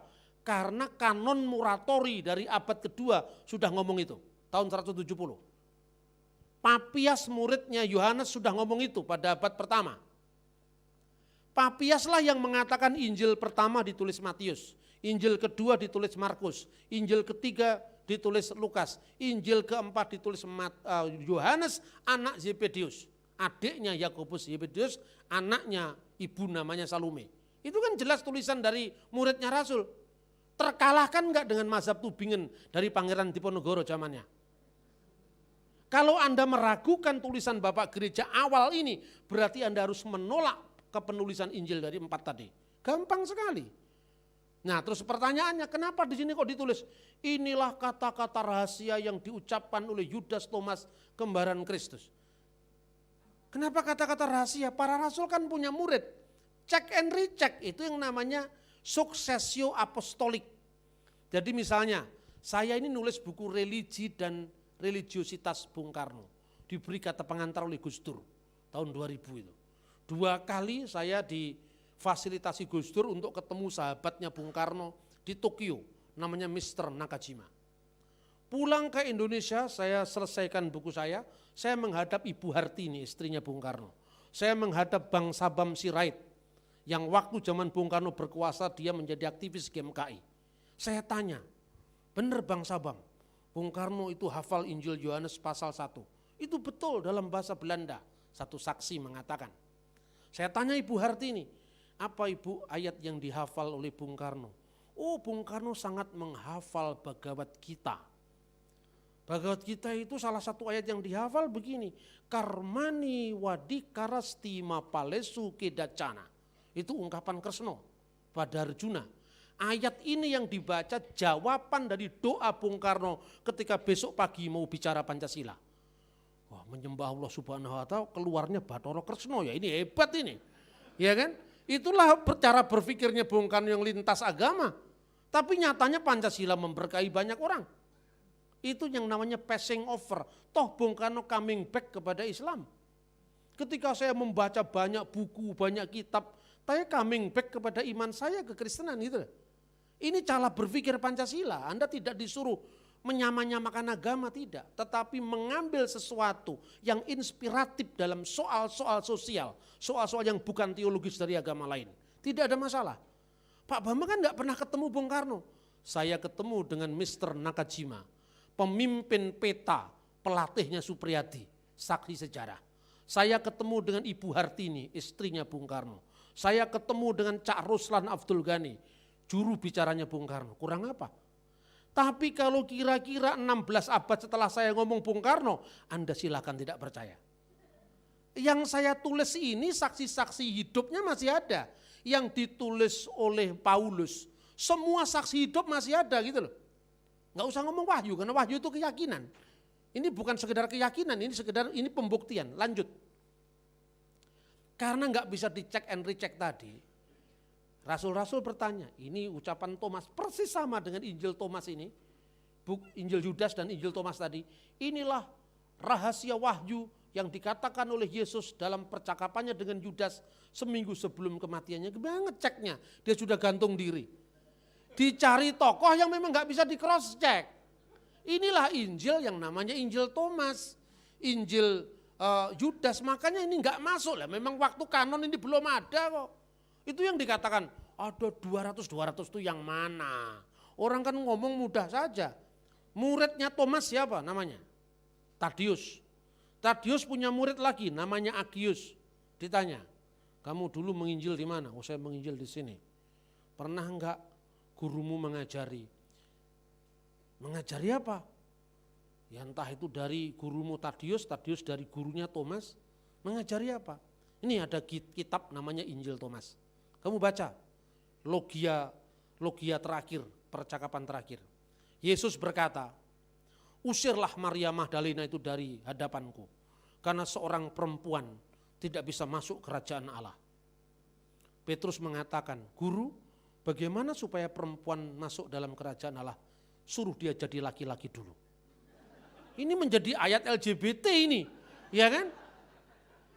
Pernah enggak diajarkan seperti itu di Yesus? Oh, enggak pernah ada. Mungkin Thomas pernah diberi ajaran, enggak pernah itu. Saya kan guru saya kan muridnya Rasul Thomas langsung. Saya enggak pernah diajari seperti itu. Untuk mengantisipasi itu dibuatlah ini. Inilah kata-kata rahasia. Oh, rahasia cuman dia yang dikasih tahu, kamu enggak dikasih tahu kok. Kan gampang toh. Thomas juga begitu kan. Inilah perkataan rahasia yang disampaikan oleh Thomas kembaran Kristus. Kan enggak ada cross checknya rahasia. Kalau sudah begini tidur saja kan. Enggak ada teksnya. Inilah yang disebut Injil-Injil Gnostik. Apalagi Injil Barnabas dari abad ke-16. Itu yang saya sebut the Gospel of Gumbale Mukio. Itu yang disebut Injil Barnabas itu abad ke-16. Zaman VOC Anda percaya itu loh. Saya kira itu dulu, terima kasih.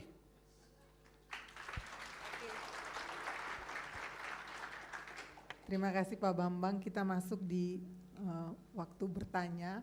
Kita akan terima 3 penanya, satu dari yang sisi kiri dari tadi belum ada yang bertanya. Oke, yang di tengah, Mas yang sebelah sini. Minta tolong panitia, kemudian yang di tengah, oke tidak ada Bapak, berarti yang satu lagi di sebelah itu. Oke, ada 3 penanya yang pertama. Dipersilakan dari yang pakai baju hitam. Tolong disiapkan lagi satu mic untuk di sisi kanan. Silakan, tolong sebutkan nama dan pertanyaannya. Selamat sore Pak Bambang, saya Robi dari Jakarta. Pertanyaan saya seperti ini Pak. Tadi Bapak menjelaskan mengenai Taurat Samaria. Pertanyaan saya seperti ini, sebelum Bapak menjelaskan soal itu tadi, Bapak menjelaskan mengenai bahwa kalau orang Israel itu mereka kalau membuat salinan Taurat, mereka salah sedikit langsung dimulai dari awal. Nah, tapi kemudian ada juga penjelasan bahwa orang Samaria mereka mengembangkan suatu pola pembacaan tersendiri. Pola pembacaan ini yang kemudian membuat penafsiran berbeda mengenai letak bait suci di Gunung Moreh atau di Gunung Moria tadi. Pertanyaan saya adalah, sejak kapan ada standarisasi penulisan untuk penduplikasian daripada teks-teks kitab suci yang dilakukan oleh orang-orang Israel? Karena kalau kita lihat ini kan implikasinya sangat fatal ya Pak. Jadi yang satu bilang Moria, satu lagi bilang Moreh, dan itu terus sampai berapa abad pertentangan seperti itu. Makasih Pak. Silakan yang kedua yang di sebelahnya. Sore Pak Bambang. Beberapa hari yang lalu saya membaca Pak di satu Facebook, itu tentang tulisan atau tayangan video dari Profesor Bart D. Ehrman. Mungkin itu bisa di googling Pak. Dan karena ini ya diposting di grup-grupnya pihak seberang. Jadi intinya secara umum gini Pak, saya singkat aja, BDE ini Bart D. Ehrman itu menjelaskan bahwa naskah asli atau original atau komplit manuskrip dari kitab Perjanjian Baru yang berasal dari abad 1 hingga abad 8 itu tidak ada Pak. Yang pernah diketemukan hanya potongan kecil naskah dari kitab Yohanes pada abad kedua. Dengan demikian naskah kitab Perjanjian Baru yang dapat ditemukan dari abad ke-9 sudah tidak dapat dipercaya lagi. Kenapa gitu? Nah, dia menjelaskan gini, Pak. Menurut BDE ini, karena penyalinan awal dari naskah asli akan mengalami kesalahan pencatatan. Karena dulu belum ada printer, jadi dia salin. Demikian selanjutnya kesalahan pencatatan itu kemudian dilakukan terus-menerus.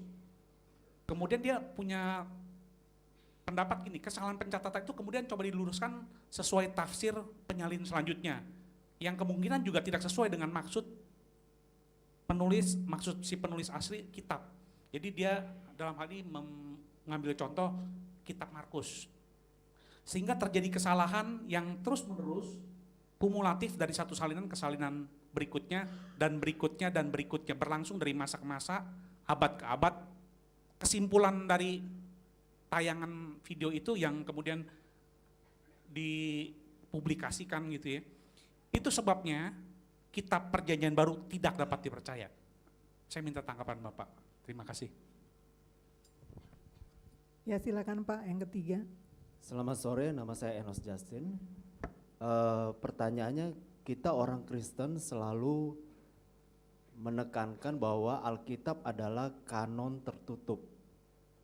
Yang saya mau tanyakan, kalau kita perhatikan, Katolik punya kanon yang isinya beberapa kitabnya berbeda. Ortodoks juga ada kanon yang antara Ortodoks yang satu dengan yang lain juga berbeda. Bahkan sampai ke Martin Luther sendiri pun punya kanon yang isi kanonnya pun berbeda. Yang berbeda dengan kanon yang kita akui sekarang. Nah, menyikapi hal ini seperti apa Pak Bambang? Itu yang pertama. Yang kedua, pertanyaan saya sebenarnya mengacu kepada season pertama. Maaf karena agak lari ke season pertama. Kalau tadi Pak Bambang sebutkan bahwa Mormon dan Saksi Yehova itu berbeda. Nah, saya mau agak singgung sedikit Pak, maaf kalau ini agak menyimpang sedikit dari yang season kedua. Beberapa waktu lalu kita mendengar bahwa ada seorang pengkhotbah besar memiliki jemaat yang sangat besar juga, yang kemudian menerangkan mengenai Tritunggal yang berbeda. Saya baca bukunya, intinya bahwa Tritunggal yang disampaikan adalah Tritunggal hierarki. Anak Yesus itu kedudukannya lebih rendah daripada Allah Bapa. Kemudian Roh Kudus itu merupakan hakikat daripada mereka berdua. Nah, saya melihat konsep Tritunggal ini agak berbeda. Menyikapi ini seperti apa Pak Bambang?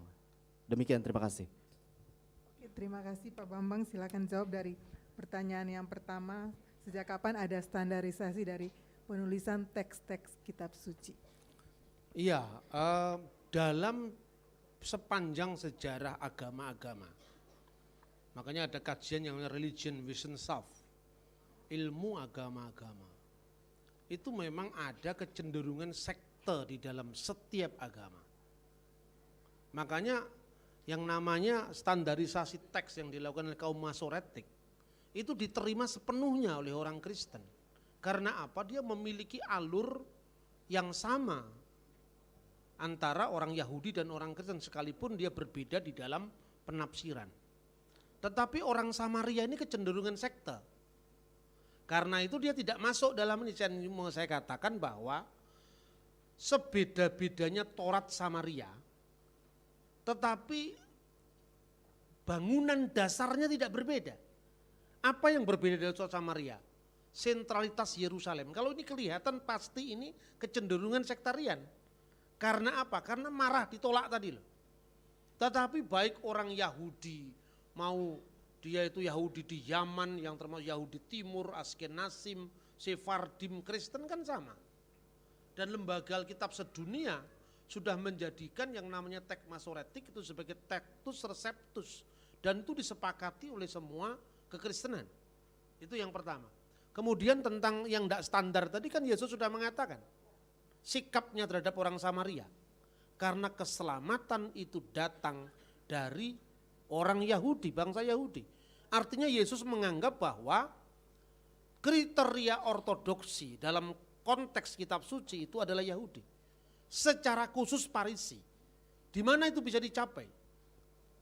Tidak percuma ahli-ahli Taurat itu duduk di atas kursi Musa. Itu artinya apa? Yesus mengakui bahwa ketika orang Farisi menyalin teks, kamu percaya dia. Tapi ketika dia berkelakuan, jangan kamu contoh, itu loh. Artinya apa? Yesus mengakui ortodoksi orang Farisi dalam menyalin teks. Itu jelas-jelas. Yang dikritik dari Yesus itu kan bukan Farisi nggak bisa dipercaya dalam menulis teks, tapi dalam hal apa? Di dalam hal dia berkelakuan. Mereka seperti kuburan, di luar dicat putih bersih tapi dalamnya tulang berserakan. Yesus tidak pernah membenarkan orang Samaria dalam konteks ajaran. Makanya dia membenarkan kelakuan orang Samaria. Jadi kira-kira begini, standar ortodoksinya ikut Yahudi, secara khusus adalah Farisi. Tapi standar ortopraksinya, kamu contoh Samaria. Yang kamu tuduh dia sesat, ternyata kelakuannya lebih baik dari kamu. Makanya dia memberikan contoh orang Samaria di jalan itu, mana yang ngerti sesama manusia. Dia ketika orang lain gak boleh kumpul sama Samaria, perempuan lagi, Yesus justru minta air pada perempuan Samaria. Dan Yesus mengatakan, menegaskan, karena keselamatan datang dari orang Yahudi, bukan Samaria. Ya, saya kira itu. Jadi bahwa kemudian begini, ini terkait dengan pertanyaan yang berikutnya, yaitu pertanyaan nomor 3 dulu. Nanti nomor 2 saya jawab setelah nomor 3. Kanon tertutup, ya. Sejak awal sebetulnya peristiwa Katolik, Protestan sama Ortodok itu bukan urusan Katolik, Ortodok dan Protestan. Itu urusan Yahudi. Kenapa demikian? Karena orang Yahudi yang ada di Yerusalem itu memang pada konsili Yamnia mengakui 24 kitab suci itu. Urutan Yahudi 24 bukan 39, karena apa? 1-2 Tawarik jadi 1, 1-2 Raja-Raja jadi 1. Ya. Kemudian kitab nabi-nabi kecil jadi 1, makanya jumlahnya 24. Tapi isinya 39 itu. Tetapi orang Yahudi yang ada di diaspora, yang di Alexandria, dia memakai kanon besar. Dan kanon besar itu yang dipakai oleh gereja Katolik. Tetapi sekalipun gereja Katolik mengakui ada kanon besar, tapi menyebutnya sebagai kanon kedua, Deuterokanon. Sementara yang 39 Alkitab disebut proto-kanonika. Kan gitu kan? Jadi artinya kalau orang Protestan menuduh Katolik menambah-nambahi kitab, Katolik bisa menuduh Protestan mengurang-urangi kitab. Karena itu tergantung kanon mana. Kanon Yahudi diaspora itu mengakui Septuaginta. Dan di Septuaginta memang ada kitab Yudit, kitab Tobit, kebijakan Salomo. Memang ada Yesus bin Sirak. Sekalipun juga dari kalangan gereja Ortodoks itu kira-kira ada pandangan begini. Gereja Ortodoks itu adalah kitab Esdras. Nah, lebih panjang lagi dari kanon Katolik, karena kanon Katolik itu ketika Septuaginta diterjemahkan ke dalam Vulgata, tidak semua diterjemahkan oleh Hieronymus. Sementara di kanon gereja Ortodoks itu utuh-utuh seperti di Septuaginta itu. Tapi pertanyaannya sekarang, dengan atau tanpa Septuaginta ajaran Kristen tidak berubah. Dalam konteks paradosis apostolik. Artinya dalam konteks ajaran rasulinya tidak berubah. Nah sekarang ini, kenapa kita lebih ekstrim dari orang Yahudi? Orang Yahudi sendiri tidak terlalu menolak Deuterokanonika tuh. Buktinya apa sekarang? Perayaan Hanukkah itu sumbernya di mana? Di kitab 1-2 Makabe. Lah, kalau biasanya kan orang-orang Protestan yang fundamental biblical itu kan mengatakan tidak ada dalam kitab, tidak bisa dibenarkan. Ini yang namanya ini lilinnya kaki Dian 7 ini namanya apa? Menorah. Ini ada dalam Taurat Musa. Tapi yang kaki Dian 9 namanya apa? Hanukiah. Perayaannya namanya Hanukkah. Ini ada di dalam kitab 1-2 Makabe. Lah orang Yahudi juga percaya dengan perayaan Hanukkah. Yesus sendiri hadir di perayaan itu. Di dalam Yohanes pasal 10 ayat 22. Hari raya penahbisan bait suci. Waktu itu musim dingin. Yesus memperingati itu. Padahal peringatan itu adanya dalam kitab Makabe. Ini kacau Pak, ini kacau. Kacau bagi orang yang terbiasa membenturkan Katolik Protestan. Bagi saya yang enggak pernah urusan Katolik Protestan enggak terbentur saya. Biasa saya. Kenapa? Toh Katolik menyebutnya juga kanon kedua. Sekarang saya lihat perkembangan orang Protestan. Lembaga Alkitab misalnya sikapnya. Lembaga Alkitab menerbitkan dua-duanya. Bagi yang Katolik ditambahi Alkitab Deuterokanonika, kanon pertama, kanon kedua. Yang Protestan ya silahkan pakai yang tidak ada Deuterokanonika. Yang Katolik silahkan pakai. Enggak pernah bertengkar lembaga Alkitab sama lembaga Biblika Indonesia. Yang bertengkar para penafsir. Iya toh? Nah, contoh yang kedua. Ini kalau dibaca kelompok yang di luar itu. Nah, ini perlu argumentasi yang sifatnya lebih strategis. Kalau saya mau sekedar beda, banyak perbedaan-perbedaan yang bisa saya jual. Dan saya pasti lebih populer. Tapi saya tidak mau itu karena apa? Saya eman dengan perjuangan para bapak-bapak gereja di Indonesia. Bukan bapak gereja yang di gereja awal ya. Artinya para founding fathers kita yang telah menanam Injil. Bagi Protestan Yosef Kam atau siapa itu Kiai Sadrah, Kiai Tunggul Wulung di Tanah Batak ada No Mention. Saya tidak mau melukai mereka semua. Karena apa? Susah payah mereka kan kacau balau ke saya ini hanya sekedar mau beda orang lain supaya punya tren baru. Saya tidak tega melakukan itu. Karena itu lebih baik saya menyuarakan persatuan dan kebenaran yang kita rayakan ini sekalipun dalam bentuk yang berbeda-beda ketimbang saya menjadi ekstrim satu kelompok. Ini kalau orang lahir tidak dari lingkungan Katolik Protestan ya begini enaknya. Lebih objektif. Yang saya pikir ketika tema ini dipolitisir orang luar. Saya katakan gini, sekarang sudah muncul di internet. Terus saya bilang begini, oke. Ini kan kitabnya aja berbeda-beda Pak. Yang Kristen nggak pernah belajar Quran, Qurannya Syiah dengan Sunni juga beda. Nggak beda Qurannya Sunni dan Syiah. Nah, ngomongnya keras salah lagi. Kan malu itu. Karena Quran Syiah itu setelah kodifikasi Utsman. Karena Abu Bakar, Umar, Utsman, Ali otomatis sama dong. Yang beda-beda itu kan penafsiran yang dimasukkan dalam teks. Itu oleh orang Syiah. Ya, yang beda itu justru qiraah 7 itu. Antara bacaan waris di Maroko, bacaan kalun di Qatar, bacaan hafiz di Saudi Arabia, Indonesia, Mesir, terutama Mesir itu yang beda. Di sini ada la'an kasir, laknat yang banyak, satunya la'an kabir, laknat yang besar. Nah, enggak usah cari jauh-jauh, Anda cari di Google aja ketemu kok. Anda tulis Al-Quranul Karim biriwayah waris An-Nafi ketemu itu, asal nulisnya pakai bahasa Arab. Nulis bahasa Inggris mungkin ketemu tapi nggak lengkap, gitu loh. Dan itu bisa Anda download itu. Itu kalau teman-teman Muslim yang biasa percaya bahwa kitab suci itu titik koma dari langit itu kejet-kejet itu bingung. Gimana jawabnya ini pasti Quran palsu. Bukan Quran palsu yang ini yang di Maroko juga Qurannya itu. Belum lagi standar tulisannya nggak sama. Coba, jadi kalau Kristen mau lebih gampang jawabnya. Nah makanya saya kasih panduan ketika menghadapi model kayak begini saya jawab gini. Loh firman kok ada derajat pertama, derajat kedua. Kalau Katolik Deuterokanonika kanon kedua. Protestan menyebutnya Alkitab kanon tertutup. Tidak semua Protestan. Anda membaca tulisnya Bumendal itu. Pendeta yang tulisnya diterbitkan pengantar perjanjian lama BPK Gunung Mulia.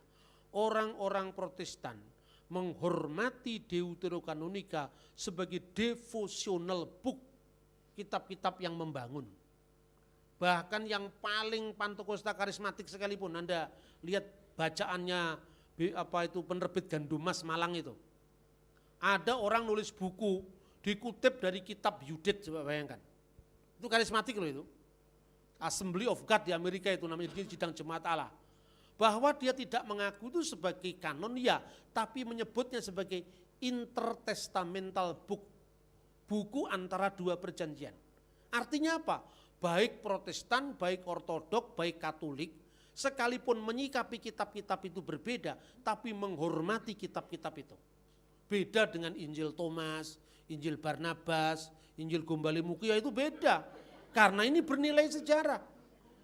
Saya ngomong terus terang ya, dulu zaman orang-orang Protestan generasi lalu itu, dia ngomong begini tuh keras sekali ngomongnya begini. Lu lihat-lihat itu kitabnya enggak sama.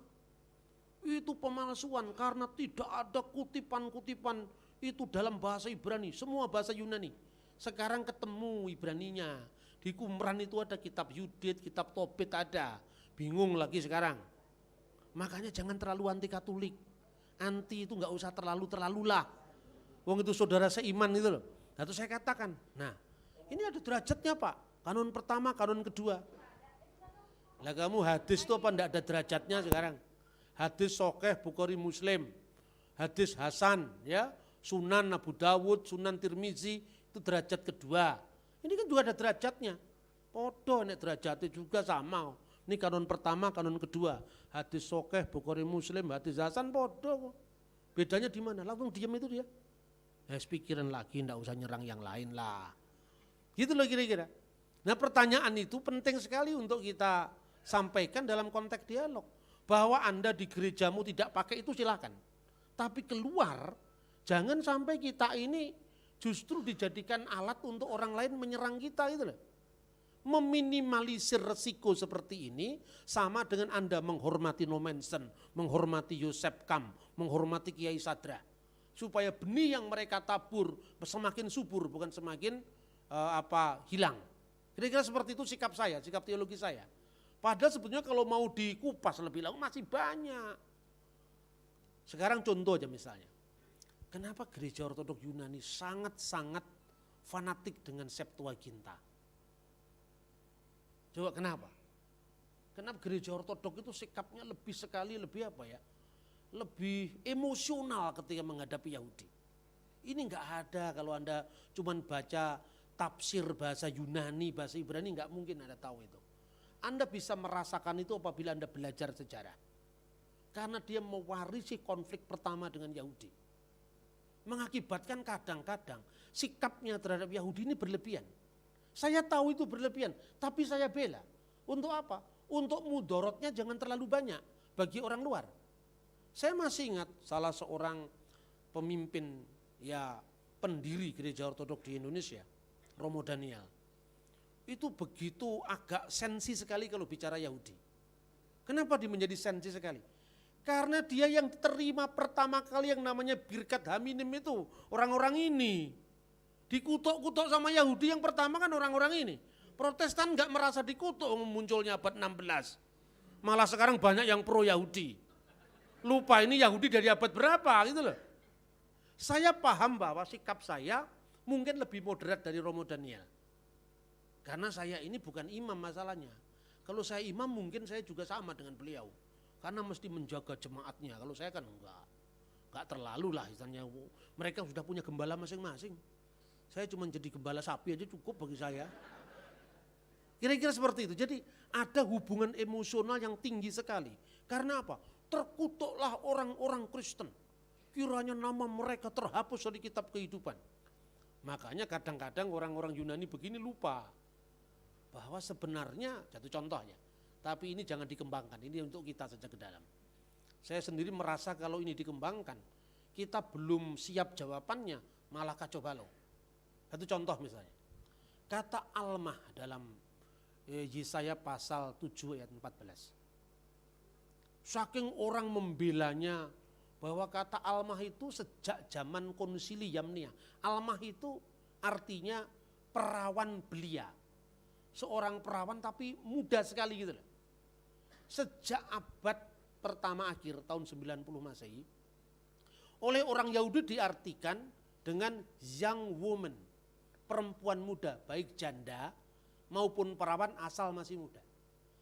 Ini tafsiran Yahudi dan buku ini munculnya abad ke-14.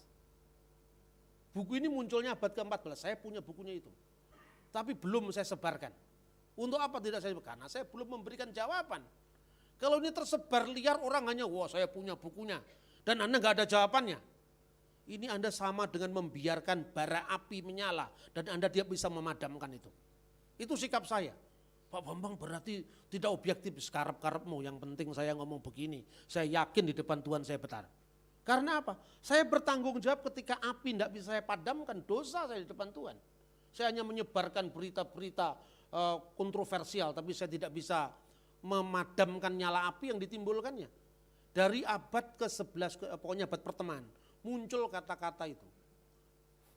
Fetus Nihason. Muncul kata, saya punya bukunya Ibrani dan Inggris.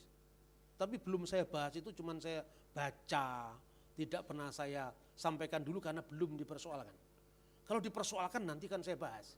Tapi kalau nggak dipersoalkan ya untung, daripada sulit-sulit nulis nggak saya bahas itu loh. Karena apa? Manusia itu kan punya waktu yang terbatas. Nggak mungkin kita jadi Superman semuanya. Saya bicara teologi selalu dalam konteks politis. Selalu dalam konteks kita ini menang apa kalah. Kita ini digarap terus-menerusan atau kita bisa efektif membangun. Itu yang harus saya persoalkan. Nah kemudian persoalannya apa? Ketika orang Yahudi mengembangkan kata almah diartikan perempuan muda, ini banyak diikuti teolog kita, ini kacau. Makanya banyak terjemahan sekarang tidak lagi ngomong virgin, tapi young woman, termasuk terjemahan kita. Lah ini kalau saya kritik, kan musuhnya jadi banyak. Lebih baik orang sah di kapak-kapan, di toknya aja, dipersoalkan baru omong itu lah. Supaya kita tugas kita tidak banyak. Lah orang-orang yang mendengar ini kan kacau balau. Begitu saya melihat itu, ada semacam klik di situ. Saya marah. Kemarahan saya ini bukan kemarahan individu saya. Tapi kemarahan yang mewakili sikap saya dalam membangun konstruksi kebersamaan. Saya ngomong khotbah di gereja Katolik. Berapa kali saya khotbah? Saya di gereja Katolik pun khotbah. Kenapa pastor bisa percaya saya? Bahkan uskup bisa percaya saya. Karena saya menyebarkan apa yang orang lain enggak sebarkan. Saya ngomong proses yang paling ekstrim, Calvinis, sampai gereja Katolik saya masuki semua. Orang mungkin mau Pak Bambang itu enggak jelas. Ya memang enggak jelas ya dalam urusan ini. Karena gereja sendiri juga punya kelebihan, mau jelas yang mana sekarang? Kan gitu kan? Nah, terus pesito, ini yang belum banyak dilakukan orang. Teks pesita itu dalam bahasa Aramaik Kristen. Tapi targum itu Aramaik Yahudi. Di targum menggunakan kata almah juga. Tapi alaimata dalam targum. Tapi di dalam pesita itu adalah betulta. Dan kata betulta itu dekat dengan betulah dalam bahasa Ibrani. Kalau saya sampaikan ini ke depan, belum apa-apa, langsung ini juga pesita mau memalsukan teks ini. Karena kata betulah itu enggak terbatas waktunya, perawannya. Mau umur berapa pokoknya betulah kalau dia masih virgin itu loh. Ini betulta ini pasti untuk pemujaan Maryam. Pasti kalau orang yang ekstrim anti Katolik, ini dipakai. Pesita ternyata tidak jujur. Bukan itu. Kita belum menyelidiki perkembangan bahasa Aramaik. Aramaik yang dipakai lingkungan Kristen, Aramaik yang dipakai lingkungan Yahudi itu perlu studi khusus. Saya tidak berani mengeluarkan tergesa-gesa sebelum saya melakukan studi itu. Tapi tekanan saya di dalam sejarah Islam, Maria justru digelari dengan Maryam al-Batul, Maryam sang perawan yang terpelihara. Bagi saya, kita mau lakukan eksplorasi teks dengan sastra Ibrani itu menarik. Tetapi harus ada bukti tertulis dari sejarah, dari abad-abad awal. Kenapa almah dipilih? Karena memang itu teksnya. Laut mati bunyinya juga almah itu abad pertama Masehi. Berarti teks itu tidak berkaitan dengan orang mau mengakui keperawanan Maria abadi atau tidak, itu bukan. Memang teksnya berbunyi perawan. Dan itu membuktikan Maryam memang perawan. Dari Yesus dilahirkan dari anak darah, itu betul-betul fakta sejarah. Teks tidak cukup dalam pengertian untuk membuktikan kepada orang-orang di luar yang tidak percaya. Bagi yang percaya cukup. Dibuktikan apa lagi? Yesus pernah disebut anaknya pantera. Anaknya pantera. Pantera itu apa sih? Itulah yang dieksplorasi oleh buku James Tabor yang judulnya itu Jesus Dynasty. Itu rame kira-kira beberapa tahun lalu. Ternyata apa? kuburan bapaknya Yesus ditemukan di Jerman. Namanya Abdes Pantera. Dan Pantera ternyata cocok dengan kitab Talmud. Itulah bapaknya Yesus Kristus. Dikait-kaitkan sama James Tabor ini. Coba, kenapa Yesus di dalam Injil Markus dan Injil Matius laporannya agak berbeda. Satu mengatakan Yesus pergi sembunyi-sembunyi ke wilayah Tirus dan Sidon. Ternyata dalam teks itu, jangan dibatasi dengan waktu, ini lebih penting. Iya, saya tahu, jangan dibatasi dengan waktu. Karena nanti kalau saya jawab tidak tuntas, Anda nggak terlalu banyak dapat. Ya, nanti saya tahu waktunya, mana jawaban yang panjang, mana jawaban yang pendek. Kalau jawaban yang pendek gampang sekali saya selesai. Tapi saya sampaikan ini apa? Karena Anda bertanya tentang apa Erman, Anda bertanya, saya membutuhkan jawaban yang lebih luas. Supaya tidak misunderstanding kali ini kan. Terus kemudian di teks Talmud itu tadi dikatakan seperti itu. Maka dikatakan Abdes Pantera, seorang perwira Romawi dari divisi pemanah, bekerja 40 tahun di Sidon. Dikait-kaitkan dengan teksnya di dalam Injil. Bahwa Yesus sembunyi-sembunyi di Sidon, gak mau diketahui banyak orang. Apa kata James Tabor? Kenapa Yesus sembunyi-sembunyi pergi ke Sidon? Karena dia mau ketemu Bapak aslinya, gak mau diketahui orang banyak. Ini kurang ajar apa tidak? Ini londo dingdong itu begitu kelakuannya ini. Saya kadang-kadang itu emosi juga saya. Tapi bagaimana sebagai akademisi kan gak boleh kita pemarah kan? Tapi artinya apa? Jangan jadi teolog genit lah. Kita asal beda dengan orang lain. Anda sudah bangga dilem jadi orang pinter. Sudah habis seperti itu, tidak perlu ada itu. Bagi saya ilmu itu harus mengabdi kepada Injil. Tidak pernah ilmu netral. Kita hanya jangan sok-sokan jadi teolog. Jadi jangan menambah beban para pejuang Injil sebelum kita. Itu yang saya katakan, makanya saya tekankan ini. Kemudian saudara-saudara, di situ jelas. Apa hubungannya dengan Jerman dan Abdes Pantera dikaitkan dengan Talmud. Itulah sebabnya Yesus disebut Ben Pantera. Itu sesuai dengan traktat Toledot Yesu. Berapa banyak orang Kristen yang mengenal Talmud Toledot Yesu. Tetapi buku ini diterbitkan Gramedia. Semua orang bisa beli. Waktu buku ini kontroversial, saya diminta bedah buku ini di salah satu komunitas Islam. Saya bilangnya bagaimana ya, kalau saya nggak datang dianggap benar buku ini. Tapi kalau saya datang, bagaimana saya menemukan formula yang pas? Lalu saya jawab begini, orang Yahudi itu sejak konsili Yamnea, memang dia sangat mencari kelemahan orang Kristen. Nah oleh karena itu, Maria ini mereka tuduh sebagai orang yang berzina, diperkosa oleh perwira Romawi. Nama perwira yang memperkosa itu adalah Pantera. Karena kenapa dinamakan Pantera? Karena Pantera itu nama-nama tentara yang lazim pada waktu itu. Makanya lah, kalau Yesus bukan anaknya perawan, artinya apa? Kristen itu ngomong terus Parthenos itu loh. Artinya terjemahan yang paling tepat dari Alama memang Parthenos, bukan perempuan muda.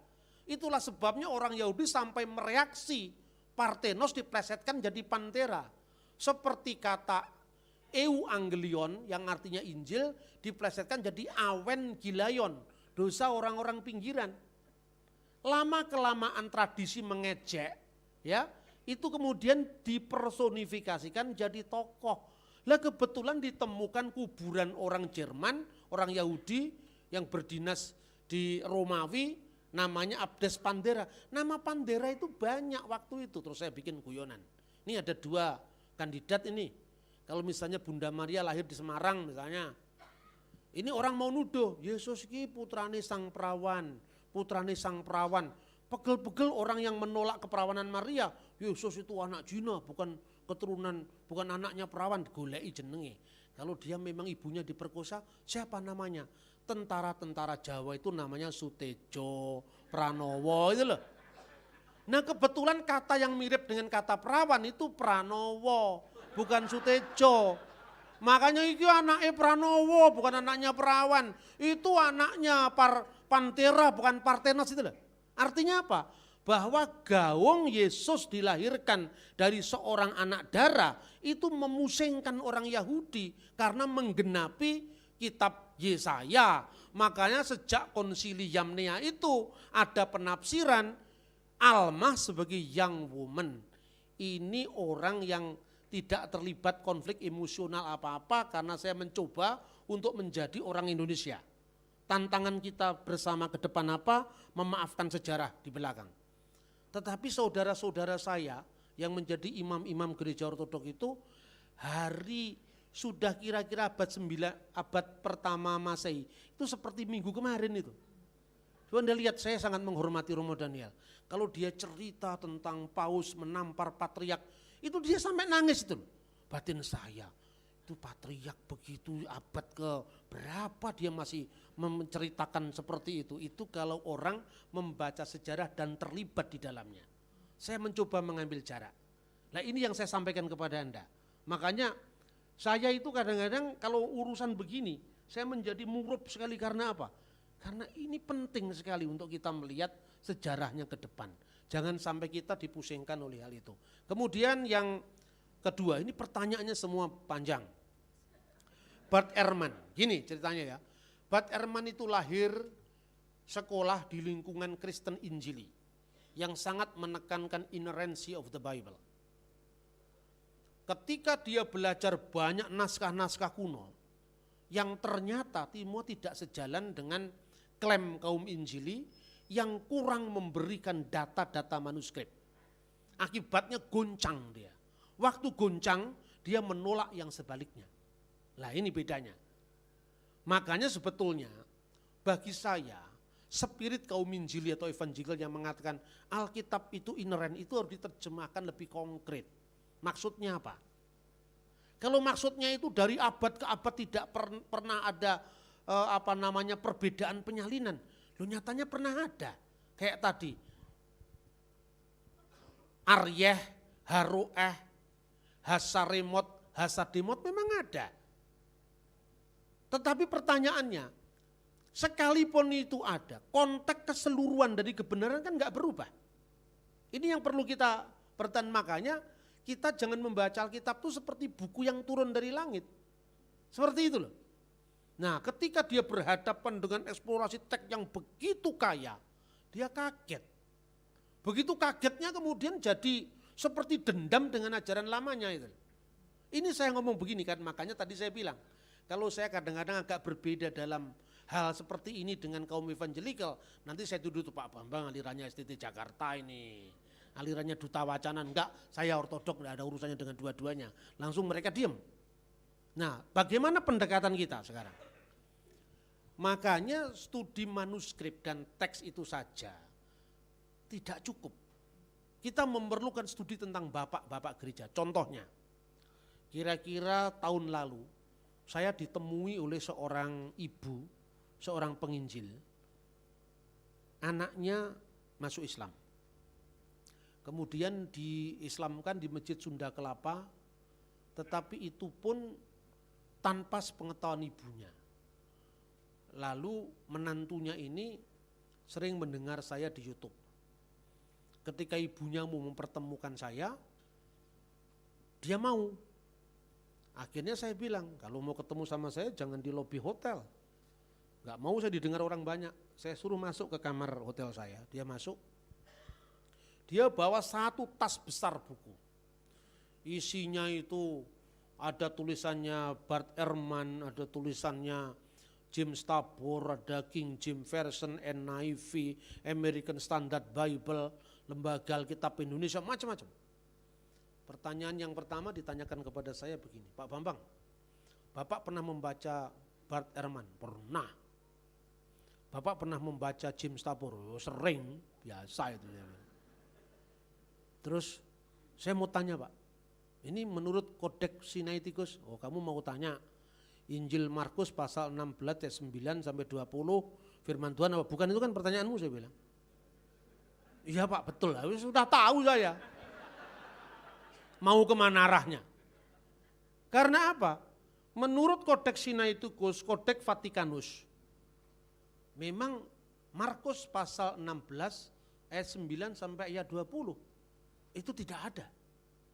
Makanya di beberapa Alkitab terjemahan bahasa Inggris, ayat itu ditulis dalam tanda kurung. Kalau dalam bahasa Indonesia kurung kotak begini. Terus ditulis sebagian naskah kuno menyebut akhir Injil Markus yang pendek. Naskah kuno yang lain akhir Injil Markus yang panjang. Terus saya tunjukkan. Pernah kamu membaca teks Negara Kertagama? Apa itu, Pak? Itu buku terkenal zamannya Majapahit karya Mpu Prapanca. Kamu lihat itu naskah Cakranegara Lombok. Tidak punya penutup terakhir lebih lengkap dari naskah Leiden. Dalam naskah kuno itu biasa Mas yang begitu itu. Saya tidak ngomong langsung ke firman Tuhan dulu, enggak. Saya ngomong naskah kuno itu wajar. Nah, kamu pernah lihat Kodeks Vatikanus? Enggak pernah Pak, loh kamu kan cuma lihat catatan kakinya NIV toh? Iya Pak, saya tunjukkan ini loh. Ada tayangan PowerPoint saya ini loh, Kodeks Vatikanus. Kamu lihat setelah ayat 8. Ini kan blank, kosong banget tapi ada bekas tulisan hurufnya. Ini kira-kira apa ini? Kenapa ini kosong? Kemungkinan ini rusak naskahnya. Oh gitu ya Pak? Iya. Ini naskah kuno biasa itu yang seperti itu. Yang jelas Kodeks Vatikanus tidak ada, Sinaiticus tidak, tapi ada di Kodeks Bizai. Ada di Kodeks Washington. Loh kalau naskahnya jumlahnya 5.000, dua enggak menyebut apa sulitnya untuk kamu? Untuk sejarawan apa sulitnya? Dia kaget-kaget karena apa? Semua yang dia tanyakan itu akrab di telinga saya. Wong itu memang pekerjaan saya kok. Pusing dia sampai jam 3 pagi. Ngamuk sama saya loh. Ibunya tanya loh, lihat demitnya keluar kan? Kalau dia sudah kepepet ngamuk dia. Karena apa? Biasanya dia yang begini gak dijawab orang. Saya jawab satu-satu. Ya toh? Terus terakhir saya bilang begini. Nah terus kamu bandingkan sekarang dengan teks Quran. Coba kamu buka di situ, klik di situ ya. Al-Quranul Karim biriwayah waris An-Nafi. Bapak buka sendiri, kenapa saya? Loh. Lah tadi kan kamu nanya, dah saya bukakan ini loh. Ini kan beda, lah ini beda hanya bacaan, siapa bilang ini beda makna. Kasir itu banyak, itu urusan jumlah kok. Kabir itu kualitas urusan besar. La'an kasir apa la'an kabir, ini dua-duanya Quran loh. Ini Quran yang asli, Saudi Arabia Pak, Maroko bukan yang asli. Oh dia enggak ngerti yang namanya Qiraah 7 kok. Parah kan? Makanya dalam konteks Bar Ehrman ini kan sebetulnya lahir dari fundamentalisme Alkitab, jatuhnya ke ekstrim liberal. Coba kalau dia membaca sedikit saja lembaran gereja kuno, tidak akan bingung dia karena apa? Vetus Latina itu adalah naskah Alkitab sebelum Santo Hieronymus, sebelum Vulgata, naskah ini ada. Kemudian sekarang, dalam tulisan-tulisan apostolik, muridnya para rasul, itu persis redaksinya pengusiran setan atas namaku, minum racun dan kamu tidak mati, persis yang dilit sama orang-orang yang katanya tidak ada di naskah Sinaiticus. Ini ada. Jadi saksi dari tulisan bapak-bapak gereja, Markus pasal 16 ayat 8 sampai 20, itu eksis. Jadi dasarnya bukan sekedar naskah ini naskah itu, tapi sumber sejarah yang lebih kuno. Karena Kodeks Vatikanus asalnya di abad keempat. Tulisan-tulisan bapak gereja seperti Papias dan sebagainya, ya kodek-kodek awal dari para muridnya Rasul itu abad pertama. Jadi kalau abad pertama sudah mengakui itu berarti naskah itu eksis. Hanya bagaimana ceritanya di dalam Kodeks Vatikanus tidak ada, saya cuma tunjukkan ini loh, ada halaman yang kosong bekas tulisan. Kemungkinan itu rusak atau kemungkinan yang lain bisa dikembangkan. Selesai. Kira-kira seperti itu. Jadi Bart Ehrman sendiri banyak membuat kesalahan kok. Tapi terima kasih Anda sudah mengingatkan saya, nanti saya akan bikin tulisan untuk menjawab Bart Ehrman. Tapi kalau Anda membaca tulisan saya yang buku Answering the Misunderstanding jilid kedua sudah saya bahas di situ. Sudah saya bahas tapi tidak sedetil apa yang saya sampaikan sekarang. Karena apa? Saya itu nunggu-nunggu, kalau enggak ditanya enggak saya ngomong. Sebab kalau enggak ditanya saya ngomong, ini pekerjaan saya kan berat. Nanti ditanya-tanya lagi pusing saya. Tapi kalau itu sudah muncul ya sudah, pecut di sebelah ini kebacut di kapak ini saya ngomong gitu loh. Jadi, saya ngerti maksud saya itu bukan teolog dalam pengertian terlalu polos-polos itu enggak. Karena apa? Saya tahu usia manusia itu terbatas. Karena itu kita harus benar-benar ambek parama arta, mendahulukan mana yang penting. Setiap hari itu saya hitung. Kalau saya nulis ini dampaknya bagaimana? Resikonya saya bisa memadamkan apa tidak? Kalau saya tidak bisa memadamkan, tidak usah menebar kontroversi. Kira-kira seperti itu. Ya, terima kasih. Oke, makasih Pak Bambang. Kita masih punya waktu 15 menit lagi untuk sesi pertanyaan yang kedua. Yang pertama dari kiri Bapak yang pakai baju kotak-kotak, kemudian Bapak yang angkat tangan paling tinggi, yang ketiga yang pakai jaket hitam. Kita mulai dari yang sini panitia, tolong mic-nya.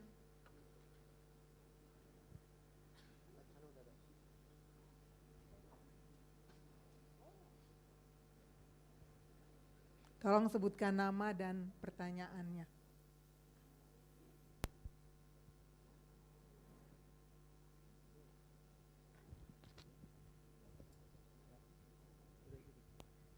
Terima kasih kesempatannya, nama saya Murdani. Pertanyaannya sih mungkin gampang ya, tapi saya nggak tahu jawabannya. Kalau kita di kitab Alkitab kita tahu Yesus Kristus anak Maria. Di Al-Quran pun disebut Isa Al-Masih binti Maria. Apakah itu merefer ke orang yang sama, ke pribadi yang sama? Karena beberapa teman-teman muslim bilang, oh bukan. Tapi beberapa teman muslim juga percaya itu pribadi yang sama. Terima kasih Pak. Oke, silakan yang kedua. Saya pakai jaket. Bapak yang pakai kemeja abu-abu silakan. Terima kasih Bu, terima kasih Pak Bambang sudah memberi pencerahan buat kita semua. Mudah-mudahan sehat terus Pak, biar bisa ngajarin dan memberi pencerahan buat kita. Pertanyaan saya sebenarnya terkait dengan katakanlah cerita-cerita Nabi versi kita tuh bisa di Perjanjian Lama dan mungkin khususnya Nabi Isa di versi Perjanjian Baru, versinya saudara-saudara sebelah itu. Kalau dia kira-kira mereferensi kemana Pak? Kalau dia katakanlah sejalan dengan cerita-cerita Alkitab kita baik Perjanjian Lama maupun Baru, mungkin kita bisa ini merefer kepada sumber-sumber yang sama dengan naskah-naskah yang kita kenal di Alkitab kita saat ini. Cuman kalau dia menceritakan yang lain yang berbeda dari yang kita pahami dan yang kita pelajari sejak kita kecil, itu kira-kira sumbernya yang Pak Bambang pernah belajar atau pernah tahu itu dari mana Pak? Misalnya cerita-cerita yang cerita tentang Daud, Musa versi Muslim dan cerita tentang Yesus atau Isa versi mereka. Mungkin itu Pak pertanyaan saya, terima kasih. Silakan yang ketiga. Terima kasih Pak Bambang, bukan pendeta, sarjana hukum. Saya Silalahi dari Protestan, tapi bukan pendeta, bukan sarjana hukum. Saya mau dua topik itu saya pertajam Pak. Saya lihat tadi Bapak bilang Arius yang memulai kesalahpahaman mengenai Trinitas, karena dia berpendapat Unitarian. Kesalahpahaman itu makin meningkat di abad ke-7. Bapak tadi bilang Katolikus Timotius berdebat dengan Khalifah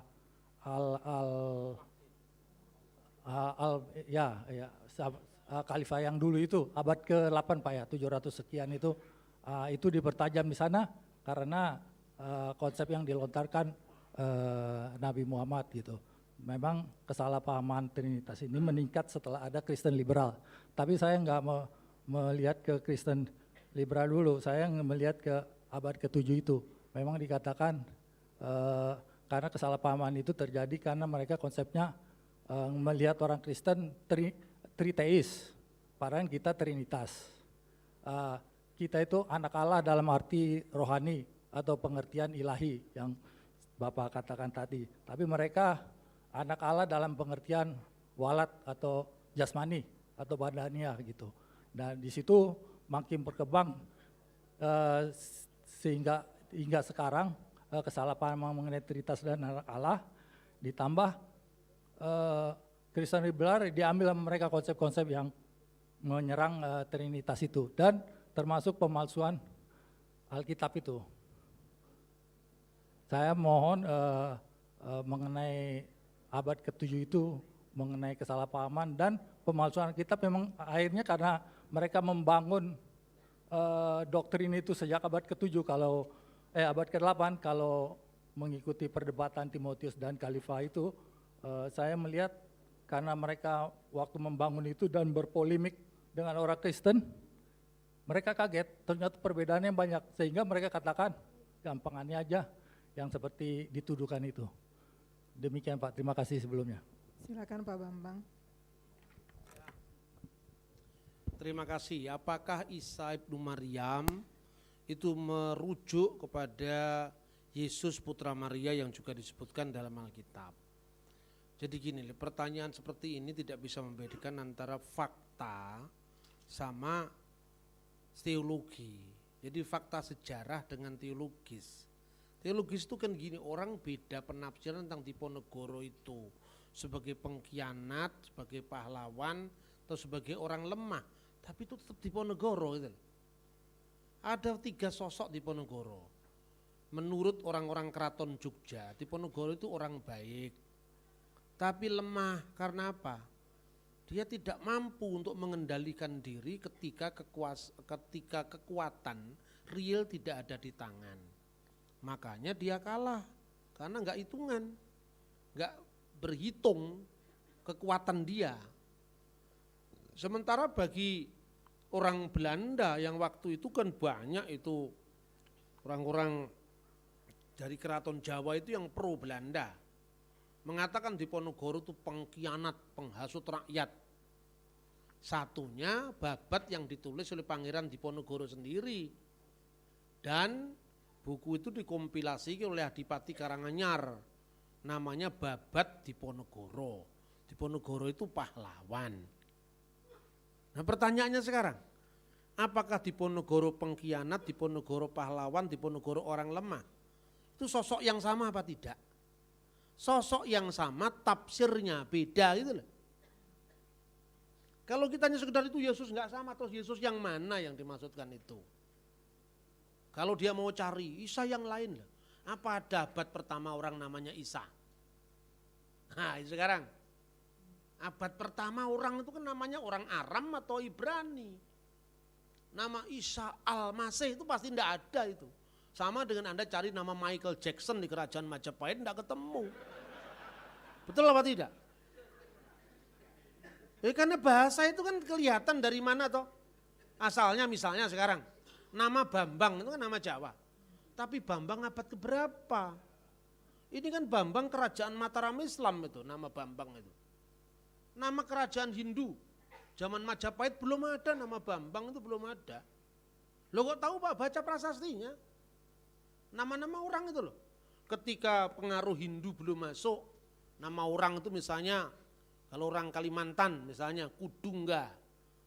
Begitu Hindu masuk, Mulawarman, Purnawarman, ya toh, Singawikrama Wardana, Wisnu Putra, itu kan bahasa Sanskerta. Begitu Islam masuk, Muhammad Soleh, ya kan, Abdul Aziz. Nah, enggak mungkin di zaman Mataram Hindu ada orang namanya Muhammad Soleh. Sekarang ada orang namanya Solikin. Nah, Solikin itu kata jamak disebut satu orang. Solikin itu orang-orang soleh. Saya tanya, jenengmu siapa Mas? Solikin Pak. Kowe jumlahmu piro? 1 Pak, lo 1 kok Solikin. Kalau 1 soleh. Solikin itu orang-orang soleh. Supaya ke Arab-Arapan gitu loh.